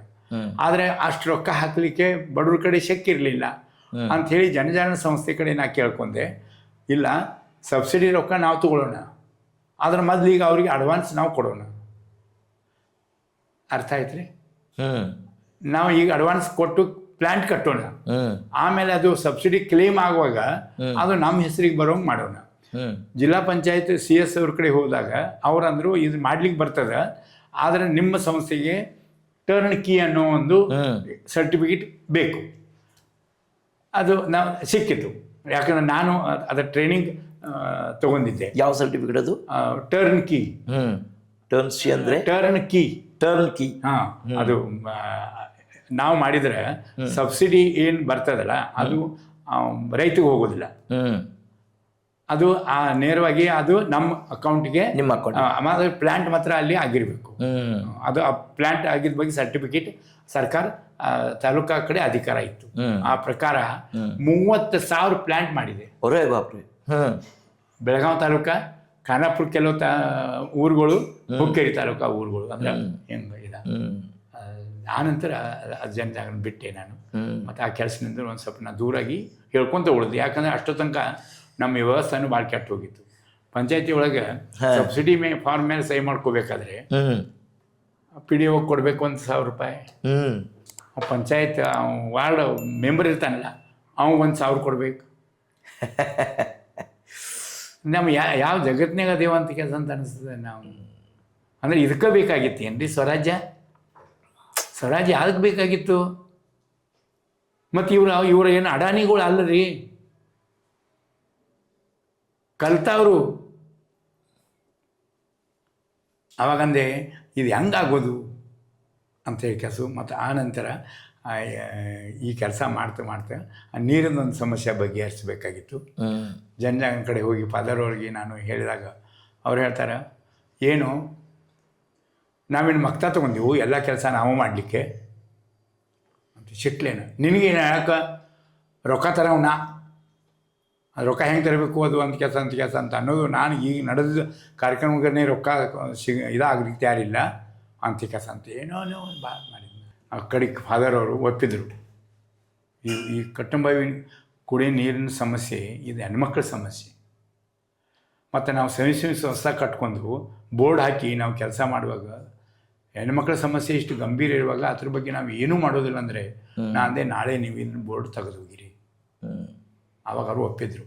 ಅಂದರು ಬರೆದು ಕೊಡಂದರು. ನಾನು ಅವ್ರಿಗೆ ಬರೆದು ಕೊಟ್ಟೆ ಎಲ್ಲ. ವಾಟರ್ ಶೆಡ್ ಮ್ಯಾನೇಜ್ಮೆಂಟ್ ಅಂತ ಕೆಲಸ, ಮ್ಯಾನೇಜ್ಮೆಂಟ್ ಅಂತ ಬರೆದು ಕೊಟ್ಟೆ. ಅವರು ಹತ್ರ ಬರೆಯೋದ್ರದಾಗ ಭಾಳ ಜಾಣರಿದ್ರು. ಅವ್ರು ಭಾಳ ಇಂಗ್ಲೀಷ್ ಭಾಳ ಚೆನ್ನಾಗಿತ್ತು. ಆದರೆ ಒಂದು ಸಲ ಜರ್ಮನಿಗೆ ಹೋದಾಗ ಅದನ್ನು ಅವ್ರವ್ರ ಕಡೆ ಕೊಟ್ಟು ಇದಾಗಿ ಕೇಳುವಾಗ ಪ್ರಾರ್ಥನೆ ಒಳಗೆ ಒಬ್ಬ ಸಾಮಾನ್ಯ ಮನುಷ್ಯ ಅಂತಾನೆ ಇಂಥ ಗಂಭೀರ ಪ್ರಶ್ನೆ ಐತಂದ್ರೆ ಅದನ್ನು ಬಗೆಹರಿಸಲಿಕ್ಕೆ ನಾನು ರೊಕ್ಕ ಕೂಡಿಸ್ಕೊಡ್ತೇನೆ ಅಂಥೇಳಿ. ಯಾರು? ಜರ್ಮನ್ದವ್ರು ಒಬ್ರು, ಜರ್ಮನ್ದವ್ರು ರುಡಾಲ್ಫ್ ಅಂತ ಹೇಳಿ ಕೆಲಸ. ಸಾಮಾನ್ಯ ಮನುಷ್ಯ 2 ಲೇತ್ ಮಷಿನ್ ಇಟ್ಕೊಂಡು ತನ್ನ ಕುಟುಂಬ ನಡೆಸೋ ಮನುಷ್ಯ ಒಬ್ಬ. ಅವ್ರು ರೊಕ್ಕ ಕೂಡಿಸಿ ಒಪ್ಪಿದ್ರು. ಹೆಂಗೆ ಕೂಡಿಸಿದ್ರು ಅವರು? ನೀವು ಒಂದು $100 ಕೊಟ್ರೆ ತನ್ನ ಇತರ ಒಂದು $100. ಅಂದ್ರೆ ಅವ್ರು 30 ಲಕ್ಷ ರೂಪಾಯಿ ಕೊಟ್ಟರು ನಮ್ಗೆ. ಯಾವಾಗ್ರಿ ಇದು? 1998ರಿಂದ 2010 ಮಟ್ಟ 4 ಊರುಗಳು ತೊಗೊಂಡು ಆ 4 ಊರುಗಳ್ದಾಗ ಪಾನಿ ಆಡುವ ಪಾನಿ ಇರುವ ಎಲ್ಲ ಸಮಾಂತರ ಚರಂಡಿಗಳನ್ನ ತೆಗೆದು ಅಲ್ಲಿ ನೀರು ತಡಿ ಹಿಡಿದು ಬದು ಮೇಲೆ ಗಿಡ ಹಚ್ಚೋ ಕೆಲಸ ಮಾಡಿದೆ. ಆ 4 ಊರಾಗ 3 ಲಕ್ಷ ಗಿಡ ಹಚ್ಚಿದೆ. ಇವತ್ತಿನೂ ಹೋದರೆ 2.5 ಲಕ್ಷ ಗಿಡ ನೀವು ಎಣಿಸಿ ತಗೋಬಹುದು. ಮತ್ತು ಅದು ರೈತರಿಗೆ ಉತ್ಪನ್ನ ಬರೋ ಇವು 4 ಊರಾಗ ಅದನ್ನು ಮಾಡಿದ್ರಿಂದ ಬಾವಿಗೆ ನೀರು ಬಂತು. ಅದೇ ಮೊದಲೇ ಜೂನ್ ಕಣೆ ಮಳೆ ಬಿತ್ತು, ಕೆರೆ ತುಂಬಿತ್ತು, ಕೆರೆನೂ ಮಾಡಿದ್ವಿ. ಒಂದು 5-6 ಕೆರೆ, ಒಂದು 2-3 ಬಾವಿಗಳು, ಮತ್ತು ಅಲ್ಲೆಲ್ಲಿ ಹಳ್ಳಕ್ಕೆ ಹೋಗೋ ನೀರನ್ನು ಅಲ್ಲೆಲ್ಲಿ ಸಾಕ ಗಲ್ಲಿ ಪ್ಲಗ್ಸು ಹಿಂಗೇನೇನೋ ಮಾಡಿ ನೀರಿನ ಸಮಸ್ಯೆ ಆ ಊರುಗಳಿಗೆ ಗಂಭೀರ ಆಗ್ದಂಗೆ ಅದೊಂದು ಕೆಲಸ ಜನಜಾಣ ಸಂಸ್ಥೆಯವರು ಮುಂದಾತನ ತಗೊಂಡು ಜರ್ಮನ್ದವರು ಒಬ್ಬರು ಪುಣ್ಯಾತ್ಮರು ಅವರು ನಮಗೆ ರೊಕ್ಕ ಕೊಟ್ಟಕ್ಕೆ ಇದು ಆಯಿತು. ಆದರೆ ಜನಜಾಣ ಸಂಸ್ಥೆ ಜೊತೆ ಭಾಳ ದಿವಸ ನಂದು ಇರಲಿಲ್ಲ. ಯಾಕಂತಂದರೆ ಆ ಸಂಸ್ಥೆ ಬಂದ ನಂತರ ನೀವು ಆಗಲೇ ಹೇಳಿದ್ರಲ್ಲ, ಇವೆಲ್ಲ ಸಂಸ್ಥೆಗಳು ಹಿಂಗೆ ಇವು ತಿಳಿತಿಲ್ಲ. ಹಂಗಾಗಿ ಅದರಾಗಿಂದು ನನಗೆ ಆ ವ್ಯವಹಾರ ಸರಿ ಕಾಣೋದಕ್ಕೆ, ಪಾರದರ್ಶಕತೆ ಇರ್ದಿದ್ದಕ್ಕೆ ನಾನು ರಾಜೀನಾಮೆ ಬಿಟ್ಟು ಕಡಿಕಾದೆ. ಆ ರಾಜೀನಾಮೆ ಕೊಟ್ಟನ ಈಗ 36 ವರ್ಷ ಆಯ್ತು ಜನಜಾಗ್ರ ಸಂಸ್ಥೆಗೆ. ಆನಂತರ ನನ್ನಷ್ಟಿಗೆ ನಾನೇ ಜನರ ಕಡೆ ಹೋಗಿ ಅದು ನಾನು ಕೆಲಸ ಮಾಡ್ಕೊತ ಉಳಿದೆ. ಆದರೆ ಈಗ ನಿಮ್ಮ ಪ್ರಶ್ನೆ ಕಡೆ ಬರ್ತೇನೆ. ಅದೇ ಅಂದರೆ ಈಗ ನಮ್ಮ ಹಳ್ಳಿ ಅಂದ್ರೆ ಈಗ ನಮ್ಮ ಭಾರತ ಏನಂದ್ರೆ ಕೃಷಿ ಪ್ರಧಾನ ರಾಷ್ಟ್ರ ಆಗೋದ್ರಿಂದ ಈಗ ನಿಮ್ಮ ಅನಿಸಿಕೆ ಪ್ರಕಾರ ರೈತರಿಗಿರ್ತಕ್ಕಂಥ ಸಮಸ್ಯೆಗಳೇನು? ಕೃಷಿ ಪ್ರಧಾನ ದೇಶ ಆಗಿದೆ. ಆದರೆ ನಮ್ಮ ದೇಶನಾಗಿರೋ ಎಲ್ಲ ಜನರು 70% ಮಂದಿ ಅದ್ರ ಮೇಲಿನೇ ಅವಲಂಬಿಸಿದ್ದಾರೆ. ಇವತ್ತೂ ಅದಾರೆ, ಫಕ್ತ್ ಭಾಳ ಅಷ್ಟು ಆದರೆ 20% ಜನರು. ಹಂಗೆ ನೋಡಿದ್ರೆ ಸರ್, ನಾವು ವಿಚಾರ ಮಾಡಿದ್ರೆ 100% ಅದ್ರ ಮ್ಯಾಗ ಡಿಪೆಂಡ್ ಅದಾರ ಅಂತಂದ್ರೂ ಏನು ತಪ್ಪಿಲ್ಲ. ಯಾಕಂದ್ರೆ ನಮ್ದು ಎಲ್ಲ ಕಡೆ ಏನೂ ಇಂಡಸ್ಟ್ರಿ ಅದಾವೆ, ಅವು ಎಲ್ಲ ಅಗ್ರಿಕಲ್ಚರ್ ಬೇಸ್ಡ್ ಇಂಡಸ್ಟ್ರಿನ ಅದಾವೆ. ಆದರೆ ಇದು ಸರ್ಕಾರ ಲಕ್ಷಣಕ್ಕೆ ಬರುವಂಥದ್ದು, ಅದು ದುರಂತ. ನನ್ನ ಭಾರತ ದೇಶ ಕೃಷಿ ಪ್ರಧಾನ ದೇಶ ಆದ ಕಾರಣದಿಂದ, ಮತ್ತು ಇದು ಎಷ್ಟು ಆದ್ರೂ ಇದು ಕೃಷಿ ಪ್ರಧಾನ ದೇಶ ಆಗೇನೆ ಉಳಿಯುವಂಥ ನಮ್ಮ ದೇಶದ ಪರಿಸ್ಥಿತಿ ಒಟ್ಟಾರೆ. ಆದರೆ ಕೃಷಿ ಮಾಡೋರು ಏನದಾರೆ ಅವ್ರದ್ದು ಮಾತ್ರ ಪರಿಸ್ಥಿತಿ ಭಾಳ ಇವತ್ತು ಗಂಭೀರ ಐತಿ. ಈ ಪಾಶ್ಚಿಮಾತ್ಯ ಸಂಸ್ಕೃತಿ ನಮ್ಮ ಎಲ್ಲ ಯುವಕರನ್ನು ದೂಷಿತ ಮಾಡಿದ. ಈ ಶಿಕ್ಷಣ ಏನು ಇಂಗ್ರಜರು ಇರುವಾಗ ಶಿಕ್ಷಣ ಪದ್ಧತಿ ಅವ್ರು ತಮ್ಮ ಶಿಕ್ಷಣ ಪದ್ಧತಿ ಇಲ್ಲಿ ತೊಗೊಂಬಂದರು. ಗುರುಕುಲ ಪದ್ಧತಿ ಇತ್ತು, ಇವರು ತಮ್ಮ ಪದ್ಧತಿ ತೊಗೊಂಬಂದರು. ಏನು ಚರ್ಚಿಲ್ರಲ್ಲ, ಇವು ನಮ್ಮ ಶಿಕ್ಷಣ ಬಗ್ಗೆ ಇದಾಯಿಟ್ಟವರು. ಅವ್ರಿಗೇನು ಬೇಕಾಗಿತ್ತು ರೀ? ಅವ್ರಿಗೆ ರಾಜ್ಯ ನಡೆಸಲಿಕ್ಕೆ ಕಾರ್ಕುನರು ಬೇಕಾಗಿರು. ಅವ್ರಿಗೆ ನಮ್ಮ ದೇಶದ ಜನ ಶಾನೇರ್ ಮಾಡೋಕ್ಕೆ ಸಲುವಾಗಿ ಅವ್ರ ಶಿಕ್ಷಣ ಇರಲಿಲ್ಲ. ಅವ್ರಿಗೆ ಕಾರ್ಕುನ್ ಬೇಕಾಗಿರು. ಕೆತ್ತಂದ್ರೆ ಕೆತ್ತು, ಮೆತ್ತಂದರೆ ಮೆತ್ತು. ಆದರೆ ಅತ್ರಂದೂ ಶಿಕ್ಷಣ ತಗೊಂಡು ದಾದಾಬಾಯಿ ನವರೋಜಿ ಅಂತವರು, ಮತ್ತು ಉಪರಾಷ್ಟ್ರ ಇಂಗ್ಲೆಂಡ್ ಎನಿ ಬೇಜೆಂಟ್ ಅಂಕವರು ಈ ಎಲ್ಲ ಪರಿಸ್ಥಿತಿ ತಿಳ್ಕೊಂಡು ವಿಚಾರ ಮಾಡಲಿಕ್ಕೆ ಶುರು ಮಾಡಿ, ಅವರು ಇಲ್ಲ, ಏನು ಇಂಗ್ರಜ್ ಸರ್ಕಾರ ಮಾಡತ್ತದ ಅದು ನಮ್ಮ ಭಾರತ ದೇಶದ ಜನರ ಹಿತದ ಸಲುವಾಗಿ ಇಲ್ಲ, ಅದ್ರ ಸಲುವಾಗಿ ನಾವು ಒಂದು ಸಂಘಟಿತ ಆಗಲಿಕ್ಕೆ ಬೇಕಂಥೇಳಿ 1885 ಕಾಂಗ್ರೆಸ್ ಕಮಿಟಿ ಸ್ಥಾಪನೆ ಮಾಡಿದರು. ಅಂದರೆ ಅವಾಗಿಂದ ಇದು ಅದು ನಡೀತು. ಸ್ವಾತಂತ್ರ್ಯ ಸಂಗ್ರಾಮ ಇತಿಹಾಸ ಅದೆಲ್ಲ ಬಿಡೋದು. ಖರೆ ಈ ಶಿಕ್ಷಣದಿಂದ ಏನಾತ್ರಿ ಅಂದ್ರೆ, ನಾನು ಸಣ್ಣಾಗಿರುವಾಗ ಯಾವಾಗ ನನಗೆ ಬಿಡುವು ಸಿಗ್ತಿತ್ತು ಆವಾಗ ನಾ ಕುರುಬ ಇದ್ದ ಕಾರಣದಿಂದ ನಾನು ನಮ್ಮ ಅಣ್ಣವ್ರ ಜೊತೆ ನಮ್ಮ ಅಪ್ಪವ್ರ ಜೊತೆ ನಾ ಕುರಿ ಕಾಯ್ಲಿಕ್ಕೆ ಹೋಗ್ತಿದ್ದೆ. ನಿಮ್ಮದು ಕುರುಬರದ್ದು? ಕುರುಬ ಸಮಾಜ. ಹೋಗ್ತಿದ್ದೆ. ಮನೆ ಒಳಗೆ ಕುರಿ ಯಾವಾಗ ಹಾಕ್ತಿರು ಆವಾಗ ಸಣ್ಣ ಮರಿಗಳನ್ನ ಮನ್ಯಾಗ ಇಟ್ಕೊಂಡು ನಾನು ಸಾಲಿಗೆ ಹೋದ್ರೂ ಮದ್ದಿನ ಬಿಡುವಾದಾಗ ಓಡಿ ಬಂದು ಆ ಕಾಲಾಗಿಂದ ಎಲ್ಲ ಹುಡುಗಿ ಅವಕ್ಕೆ ಮತ್ತೆ ತಪ್ಪಲ ಕಟ್ಟಿ ಕಾಸೋದು ಹೋಗ್ತಿದ್ದೆ. ಹಂಗೆ ನಮ್ಮ ರೈತರ ಹುಡುಗರು ದನಗಳು ರವಿವಾರ ಶನಿವಾರ ಇದ್ದಾಗ ಅವನು ಮೇಯ್ಸ್ಲಿಕ್ಕೆ ಬಿಡ್ತಿದ್ರು, ಹುಲ್ಲು ತರ್ತಿದ್ರು. ಆದ್ರೆ ಈ ಚಿತ್ರ ಏನು ಕಾಣ್ತದೆ, ಶಾಲೆಗೆ ಹೋಗೋ ಹುಡುಗರು 4ನೇತೆ ಮುಗಿಸಿ 5ನೇತೆಗೆ ಹೋದಂದ್ರೆ ಅವ ದನಗಳ ಕಡೆ ಹೋಗೋದಿಲ್ಲ. ಶಾಲೆ ಒಳಗೆ ಮಾಸ್ತರನ ಏನು ಹೇಳ್ತಾರೆ, तू चांगली शाळा शिकला नाहीस तर तू म्हशीच राखणार. ಅಂದ್ರೆ ನೀ ಎಮ್ಮಿನ ಕಾಯವ ಅಂದ್ರೆ ಎಮ್ಮಿ ಕಾಯೋದಂದ್ರೆ ಅದು ಚಲೋ ಕೆಲಸ ಅಲ್ಲ ಅಲ್ಲ ಅಂತ ನನಗೆ ನಮ್ಮ ಗುರುಗಳು ಹೇಳ್ತಿರು. ನೀವು ಕುರಿನ ಕಾಯವ ನೋಡಿ, ನೀವು ಕೋಣ ಬಾಲನ ಮುರಿಯವ್ರು ನೋಡಿ ನೀವು ಅಂತ. ಅಂದ್ರೆ ಏನು ಸಂದೇಶ ಏನು ಬಂತು ನಮಗೆ, ಇದು ಎಂಥದೆಲ್ಲ ಮಾಡೋದು, ದನಕರುಗಳದ್ದು ಹುಲ್ ತರೋದು ಮತ್ತು ಮಾಡೋದು ಯೋಗ್ಯ ಅಲ್ಲ ಅಂತ ಕೆಲಸ ಅಂತಾನು. ರೈತಾಕಿದೂ ಅಷ್ಟೇ. ರೈತಾಕಿ ಬಗ್ಗೆನೂ ಒಬ್ಬ ರೈತ ತನ್ನ ಮಕ್ಕಳನ್ನ ಸಾಲಿಗೆ ಕಳಿಸುವಾಗ ಅವಂತಾನ, ಮಗನ ನಾ ಮಾಡಿನಟ್ಟು ಸಾಕು, ಇನ್ನು ನಂತರ ಈ ಕೆಲಸ ನೀ ಮಾಡಬೇಡ. ಅವನಿಗೂ ಅನಿಸ್ತದ ಇದು ಕೆಲಸ ಇದು ಸರಿ ಅಲ್ಲ. ಅವ ಸೂಟ್ ಬೂಟ್ ಹಾಕ್ಕೊಂಡು ಸಾಯವನ ಗತೆ ಎಲ್ಲೇ ಹೋಗಿ ಚಪರಾಶಿಗೆ ಆಗಲಿ ಏನಾಗಲಿ ಹೋಗಿ ಹೊರಗೆ ಕೆಲಸ ಮಾಡೋದು ಅಂದರೆ ಶ್ರೇಷ್ಠ. ಆದರೆ ಒಂದಾನೊಂದು ಕಾಲದಾಗ ಉತ್ತಮ ಶೇತಿ उत्तम शेती, मध्यम नोकरी, मध्यम ವ್ಯಾಪಾರ, ಹಾಂ, ಕನಿಷ್ಠ ನೌಕರಿ ಅಂದ್ರೆ ವ್ಯಾಪಾರ ಅಂದ್ರೆ ಸ್ವಂತ ಉದ್ಯೋಗ, ನೌಕರಿ ಕನಿಷ್ಠ. ಆದರೆ ಇವತ್ತು ಏನಾಗಿದೆ, ನೌಕರಿ ಮುಖ್ಯ ಆಗಿದೆ. ನಮ್ಮ ಒಕ್ಕಲ್ತನ ಅದೇ ಕನಿಷ್ಠ ಅಂದರೆ ಕನಿಷ್ಠಕ್ಕಿಂತನೂ ಅಚ್ಯುತಾಗಿದೆ. ಇದು ಇವತ್ತಿನ ಶಾಲಿ ಕಲೋ ಮಕ್ಕಳ ಒಳಗೆ ಇದು ಬಂದದ. ಇನ್ನು ಕೃಷಿ ಪ್ರಧಾನ ದೇಶ ಅದ, ಹೊಲನೂ ಅದ. ಆದರೆ ಹೊಲ ಮಾಡಬೇಕಿರಲ್ಲ, ಯಾರು ಮಾಡೋರು? ಅದರ ಸಲುವಾಗಿ ಯಂತ್ರಗಳು ಬಂದವ, ಟ್ರ್ಯಾಕ್ಟರು ಅವು ಇವೆಲ್ಲ ಬಂದವ. ಆದರೆ ಸಣ್ಣ ಸಣ್ಣ ರೈತರಿಗೆ ಟ್ರ್ಯಾಕ್ಟರ ಅದ್ರ ಬಾಡಿಗೆನೇ ಕೊಡ್ಲಿಕ್ಕೆ ಆಗೋಲ್ಲ. ಹೀಗಾಗಿ ಇನ್ನು ರೈತಾಕಿ ಇನ್ನು ಮುಂದೆ ನಡೆಯೋದು ಹೆಂಗೆ ಅಂತ ಕೆಲಸ ಅಂತ ಅನ್ನೋ ಬಗ್ಗೆನೇ ಇವತ್ತು ನನಗನ್ಸಿದ ಮಟ್ಟಿಗೆ ಒಂದು ದೊಡ್ಡ ನಮ್ಮ ದೇಶದ ಮುಂದೆ ಸಮಸ್ಯೆ ಮತ್ತು ಸವಾಲು. ಇದು ಒಂದು ಕಡೆ. ಎರಡನೇದ್ದು 1960ದಾಗ ನಮ್ಮ ಭಾರತ ದೇಶದ ಪಂತಪ್ರಧಾನ್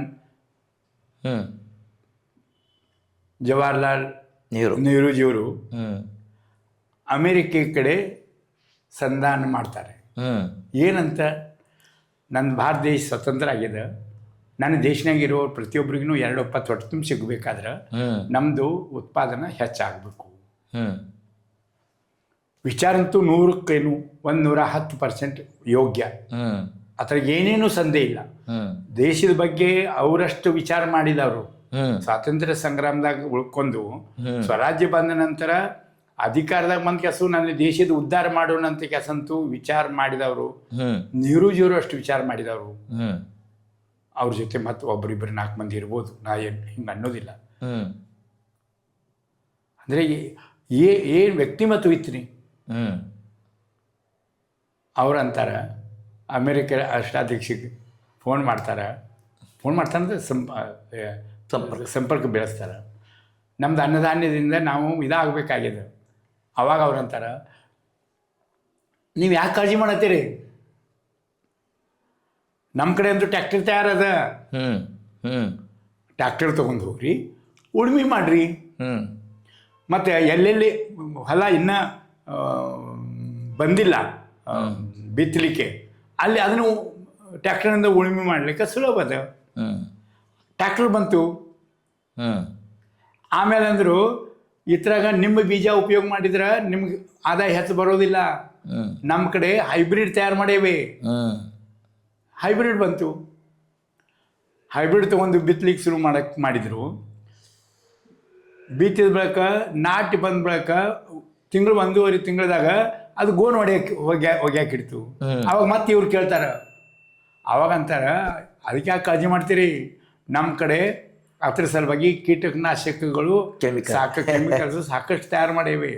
ಹಾಂ ನಿಮಗೆ ಇನ್ನು ಸಗಣಿ ಗೊಬ್ಬರ ಹಾಕೋ ಜರೂರತ್ತಿಲ್ಲ. ನಮ್ಮ ಕಡೆ ಯೂರಿಯಾ ಅಂದ್ರೆ ಅದು ಯೂರಿಯಾ ಅಮೇರಿಕಾ ಅಂದರೆ ಎಂಥದ್ದು ನೋಡ್ರಿ. 2ನೇ ಮಹಾಯುದ್ಧದಾಗ ಏನೇನು ಯುದ್ಧಕ್ಕೆ ತಯಾರು ಮಾಡ್ಲಿಕ್ಕಂತ ಕೆಲಸ ಅಂತೆಲ್ಲ ಇದಾ ತಂದಿದ್ರು ಸ್ಪೋರ್ಟ್ಗಳು. ಅದ್ರಾಗ ನಿಮೋನಿಯಾ ಸಂಬಂಧಪಟ್ಟಿದ್ದು ಇವಾಯಿತು. ಅವ್ರು ಎಲ್ಲಿ ಒಂದು ರಾಶಿ ಮಾಡಿದ್ರು ಅಲ್ಲಿ ಬಾಜುಕಣೆ ಎಲ್ಲ ಕಡೆ ಹಸಿರು ಹಸಿರು ಹಸಿರು ಎಲ್ಲ ಬಂದಿತ್ತಂತೆ. ಆವಾಗ ತಲೆಯಾಗ ಬಂತು, ಇಲ್ಲ ಈ ಥರಾಗ ಇದು ನಕ್ಕಿ ಬೆಳೆಸಲಿಕ್ಕೆ ಇದು ಉಪಯೋಗ ಬರ್ತದೆ ಅಂಥೇಳಿ ಅವರು ಮತ್ತು ಟೆಕ್ನಾಲಜಿ ಅವ್ರ ಕಡೆ ಇತ್ತು. ಅದರಿಂದ ಅವರು ಯೂರಿಯಾ ತಯಾರು ಮಾಡಿದರು. ಮೊದಲು ನಮ್ಮ ಕಡೆ ಬಂದಿದ್ದು ಸಲ್ಫೇಟ್ ಅಂತೇಳಿ ಕೆಲಸ. ಅದ್ರಾಗ ನಮ್ಮ ಸಕ್ಕರೆ ಗತೆನೇ ಕಾಣ್ತಿತ್ತು. ಅದು ಬಂತು. ಅದು 1960 ಪಂಜಾಬ್ದಾಗ ಮೊದಲಿನ ಪ್ರಯೋಗ. ಇವರು ನಮ್ಮ ದೇಶದ ಮೊದಲಿನ ಪಂತಪ್ರಧಾನ, ನಮ್ಮ ದೇಶದ ಜನರ ಹಿತಚಿಂತಕರು ಅದನ್ನು ಪ್ರಾರಂಭ ಮಾಡಿದರು. ಆಧುನಿಕ ಪದ್ಧತಿಯಿಂದ ಒಕ್ಕಲ್ತನ ಮಾಡಲಿಕ್ಕೆ ಪ್ರಾರಂಭ ಆಯಿತು. ಅದಕ್ಕನೇ ಅವ್ರು ಆನಂತರ ಹರಿತ್ ಕ್ರಾಂತಿ ಅಂತ ಹೇಳಿ ಕೆಲಸ ಕರೆದು ಅದನ್ನ ಇಡೀ ದೇಶ ತುಂಬೆಲ್ಲ ತೊಗೊಂಡ್ಬಂದರು. ಹಸಿರು ಕ್ರಾಂತಿ ಅಂತ. ಹಸಿರು ಕ್ರಾಂತಿ ಏನಾಯ್ತು ರೀ, ಅದು ಅಂತ ಇಡೀ ದೇಶ ತುಂಬೆಲ್ಲ ಈಗ ಹರಡೋದು. ಅದರ ಜೊತೆ ಕೆಲವು ದಿವಸನಾಗ ಪಂಜಾಬ್ದಾಗ ಕ್ಯಾನ್ಸರ್ ಪೇಷಂಟ್ ಹೆಚ್ಚಾದರು. ಓಕೆ. ಮತ್ತು ಒಂದು ದವಾಖಾನೆ ಅದು ಎಲ್ಲೋ ದಿಲ್ಲಿ ಹತ್ರ. ಆ ಪಂಜಾಬ್ದಿಂದ ಚಂಡೀಗಢದಿಂದ ಒಂದು ಟ್ರೈನ್ ಹೊರಡ್ತದ. ಆ ಟ್ರೈನ್ ಹೆಸರು ಏನು ಗೊತ್ತೈತೇನ್ರಿ? Cancer express. ಅಂದರೆ ಕ್ಯಾನ್ಸರ್ ಪೇಷಂಟ್ ಎಲ್ಲ ಹತ್ರ ಕುಂದ್ರೋದು, ಅವ್ನು ತೊಗೊಂಡು ಹೋಗ್ತದೆ. ಟ್ರೀಟ್ಮೆಂಟ್ ಆದ ನಂತರ ಮತ್ತೆ ಪುನಃ ಅದು ತೊಗೊಂಡು ಬರ್ತದೆ. ಇವತ್ತಿನ ಪಂಜಾಬ್ದಾಗ ಎಲ್ಲಕ್ಕಿಂತ ಹೆಚ್ಚು ಕ್ಯಾನ್ಸರ್ ಪೇಷಂಟ್ ಅದಾರ. ಓಕೆ. 2ನೇ ನಂಬರ್ ಈಗ ಕೇರಳ ಬಂದದ. ಯಾಕಂದರೆ ಇಂಡೋಸಲ್ಫಾನ್ ಅನ್ನೋ ಒಂದು ಔಷಧ ಕೇರಳದಾಗ ಅಡಿಕೆಗೆ ಮತ್ತು ತೆಂಗಿಗೆ ಎಲ್ಲಕ್ಕಿಂತ ದೊಡ್ಡ ಪ್ರಮಾಣದಾಗ ಅವರು ಉಪಯೋಗ ಮಾಡ್ಲಿಕ್ಕೆ ಶುರು ಮಾಡಿದರು. ತೆಂಗು ಪೂರ್ಣ ನಾಶ ಆಗೋ ಪರಿಸ್ಥಿತಿ ಬಂದ. ಅಲ್ಲೀಗ ಭಾಳ ಪರಿಸ್ಥಿತಿ ಕೆಟ್ಟದ. ಅಂದರೆ ಏನಾತ್ರಿ ಅಂದರೆ ನಾವು ಏನೋ ಮಾಡಕ್ಕೆ ಹೋಗಿ ಏನೇನೋ ಆಗಿದೆ. ಅಂದ್ರೆ ರಾಸಾಯನಿಕ ಕೃಷಿ ದೀರ್ಘಕಾಲ ಮತ್ತು ದೃಷ್ಟಿಯಿಂದ ಇದೇನು ಸರಿ ಅಂತೂ ಅಲ್ಲ. ಅದಕ್ಕೆ ಕಾರಣ ಅಂದರೆ ನಾವು ಕೃಷಿ ಬೆಳಿಬೇಕಾದ್ರೆ ಭೂಮಿ ಸಂಬಂಧ. ಭೂಮಿ ಅಂದ್ರೆ ಮಣ್ಣ. ಆ ಮಣ್ಣ ಜೀವಂತ ಇರ್ಲಿಕ್ಕೆ ಅಂದ್ರೆ ಅದ್ರಾಗ ಜೀವಾಣು ಕೀಟಾಣುಗಳು ಏನಿರ್ತಾವ ಅವು ಸಾಕಷ್ಟು ಇರಬೇಕು, ಅಂದ್ರನೇ ಬೆಳೀತದೆ. ಈ ಎಲ್ಲ ರಸಗೊಬ್ಬರ ಮತ್ತು ರಾಸಾಯನಿಕ ಎಲ್ಲ ಇವು ಕೀಟನಾಶಕಗಳಿಂದ ನಮ್ಮ ಭೂಮಾತೆ ಮೃತ ಆಗ್ಲಿಕ್ಕೆ ಬಂದಾಳ. ಓಕೆ. सांगली ಹತ್ರ ಕೃಷ್ಣಾ ದಂಡಿಗೆ 4,500 ಹೆಕ್ಟರ್ದಾಗ ಒಂದು ಇವತ್ತು ಕಡಿನೂ ಬೆಳೆದಿಲ್ಲ. ಒಂದು ಹುಲ್ಲಿನ ಕಡಿನೂ ಬೆಳೆಯೋದಿಲ್ಲ. ಅರೆ ಬಾಪ್ರೆ. ಯಾಕಂತಂದ್ರೆ ರಸಗೊಬ್ಬರ ಹಾಕಿ ಮತ್ತು ನೀರು ಸಾಕಷ್ಟು ಅದಕ್ಕೆ ಬಟನ್ ಒತ್ತಿ ಆಯ್ತು. ಅದೇ ಥರ ಈಗ ಉತ್ಪಾದನೆ ಕಮ್ಮಿ ಆಗ್ಲಿಕ್ಕೆ ಕಾರಣ ಅಂದರೆ ನಮ್ಮ ಜಮೀನೊಳಗೆ ಉತ್ಪಾದಕ ಕ್ಷಮತೆ ಇಲ್ಲ. ಅಂದ್ರೆ ಸಾವಯವ ಕೃಷಿ ಆಗಬೇಕೀಗ. ಅಂದರೆ ನಾವು ರಸಗೊಬ್ಬರ ಆದಷ್ಟು ಮಟ್ಟಿಗೆ ಬಿಡ್ಲಿಕ್ಕೆ ಬೇಕು, ಕೀಟನಾಶಕಗಳನ್ನು ಬಿಡ್ಲಿಕ್ಕೆ ಬೇಕು, ಮತ್ತು ಹೈಬ್ರಿಡನ್ನು ನಾವು ಬಿಡ್ಲಿಕ್ಕೆ ಬೇಕು. ಅಂದ್ರೆ ಸಾವಯವ ಕೃಷಿ ನಾವು ಮಾಡಬೇಕು. ಸಾವಯವ ಕೃಷಿ ಮಾಡಬೇಕು. ಇದು ನನಗೆ ಈ ಸಾವಯವ ಕೃಷಿ ಬಗ್ಗೆ ಮಹಾರಾಷ್ಟ್ರದವರು ವಸಂತ ಪಳಶೇಖರ್ ಅಂಥೇಳಿ ಯಾರು ಒಂದು ವಿಚಾರವಂತರಂತಂದು ಗಾಂಧಿ ವಿಚಾರಿಗೆ ಅವರು ಪೂರ್ಣ ಇದಾಗಿದ್ದರು. ಭಾಳ ದೊಡ್ಡ ಮನುಷ್ಯ. ಅವ್ರಿಗೆ ನಮಗೆ ಪರಿಚಯ ಆಯಿತು. ಅವ್ರ ಕಡೆಯಿಂದ ನಾನು ಕೇಳಿದೆ.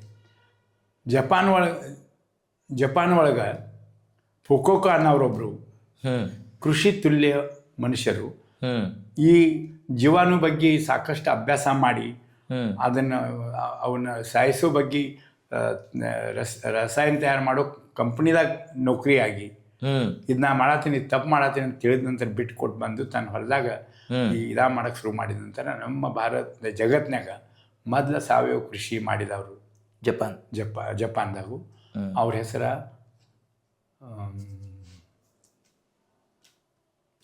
ಹೇಳ್ತೇನೆ. ಏಕಾಕಾಡಾತುಂ ಕ್ರಾಂತಿ, ಒನ್ ಸ್ಟ್ರಾ ಫಾರ್ ರಿವ್ಯುಲೇಷನ್, ಒಂದು ಕಡ್ಡಿ ಇದು ಕ್ರಾಂತಿ ಮಾಡ್ತದೆ. ಅಂದ್ರೆ ಏನು, ನಮ್ಮ ಹೊಲದಾಗಿರುವ ಈ ಬಯೋಮಾಸ್ ಏನದಲ್ಲ ಅದೇ ಹೊಲ ಮಾಡ್ತದೆ, ಅದೇ ಗೊಬ್ಬರ. ನಾವು ವಿನಾಕಾರಣನೇ ಇದನ್ನೆಲ್ಲ ಮಾಡಿ ನಾವು ಮತ್ತೆ ನಮ್ಮ ಭೂಮಿ ನಾವು ಮಾಡ್ಕೊಂತ ಬಂದೇವಂತೆ. ವಸಂತ ಪಳಶಿಕರ್ ಹೆಂಡತಿ ಪ್ರಾಧ್ಯಾಪಿಕ ಆಗಿದ್ದರು. ಅವರು ಅದನ್ನು ಮರಾಠಿದಾಗ ಭಾಷಾಂತರ ಮಾಡ್ಯಾರ. ಏಕಾ ಕಾಡಾತು, ಕಾಡ ಅಂದ್ರೆ ಏಕಾ ಕಡ್ಡಿಯಿಂದ ಕ್ರಾಂತಿ ಅಂತ ಈ ಅರ್ಥನಿಂದ. ಆವಾಗ ಅವರು ಈ ಬಗ್ಗೆ ನಮ್ಗೆ ಹೆಚ್ಚು ತಿಳುವಳಿಕೆ ತಂದು ಕೊಟ್ಟ ನಂತರ ನನಗೂ ಅದು ಖರೆ ಅನಿಸಿತು. ಆಮೇಲೆ ಇದ್ರ ಬಗ್ಗೆ ಪ್ರಯೋಗ ಮಾಡೋರು ಒಬ್ಬರು ದಾಬೋಳ್ಕರ, ಶ್ರೀಪಾದ್ ದಾಬೋಳ್ಕರ್ ಅಂಥೇಳಿ ಕಾಲೇಜಿನಾಗ ಪ್ರೊಫೆಸರ್ ಆಗಿದ್ದರು, ಗಣಿತ ಪ್ರೊಫೆಸರ.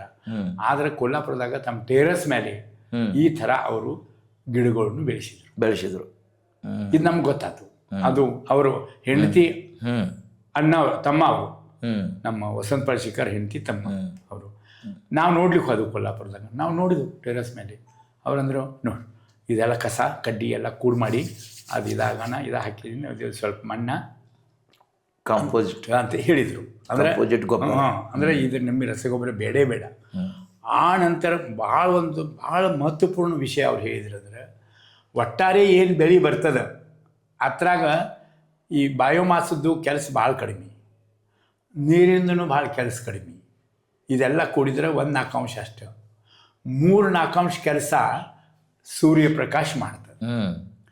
ಏನು ಸೂರ್ಯಪ್ರಕಾಶ ಯಾವಾಗ ಎಲಿ ಮೇಲೆ ಬೀಳ್ತದ ಅಲ್ಲಿ ಫೋಟೋಸಿಂಥೆಸಿಸ್ ಅಂತೇಳಿ ಕೆಲಸ, ಅನ್ನ ತಯಾರು ಮಾಡೋ ಒಂದು ಪ್ರಕ್ರಿಯೆ ನಡೀತದೆ.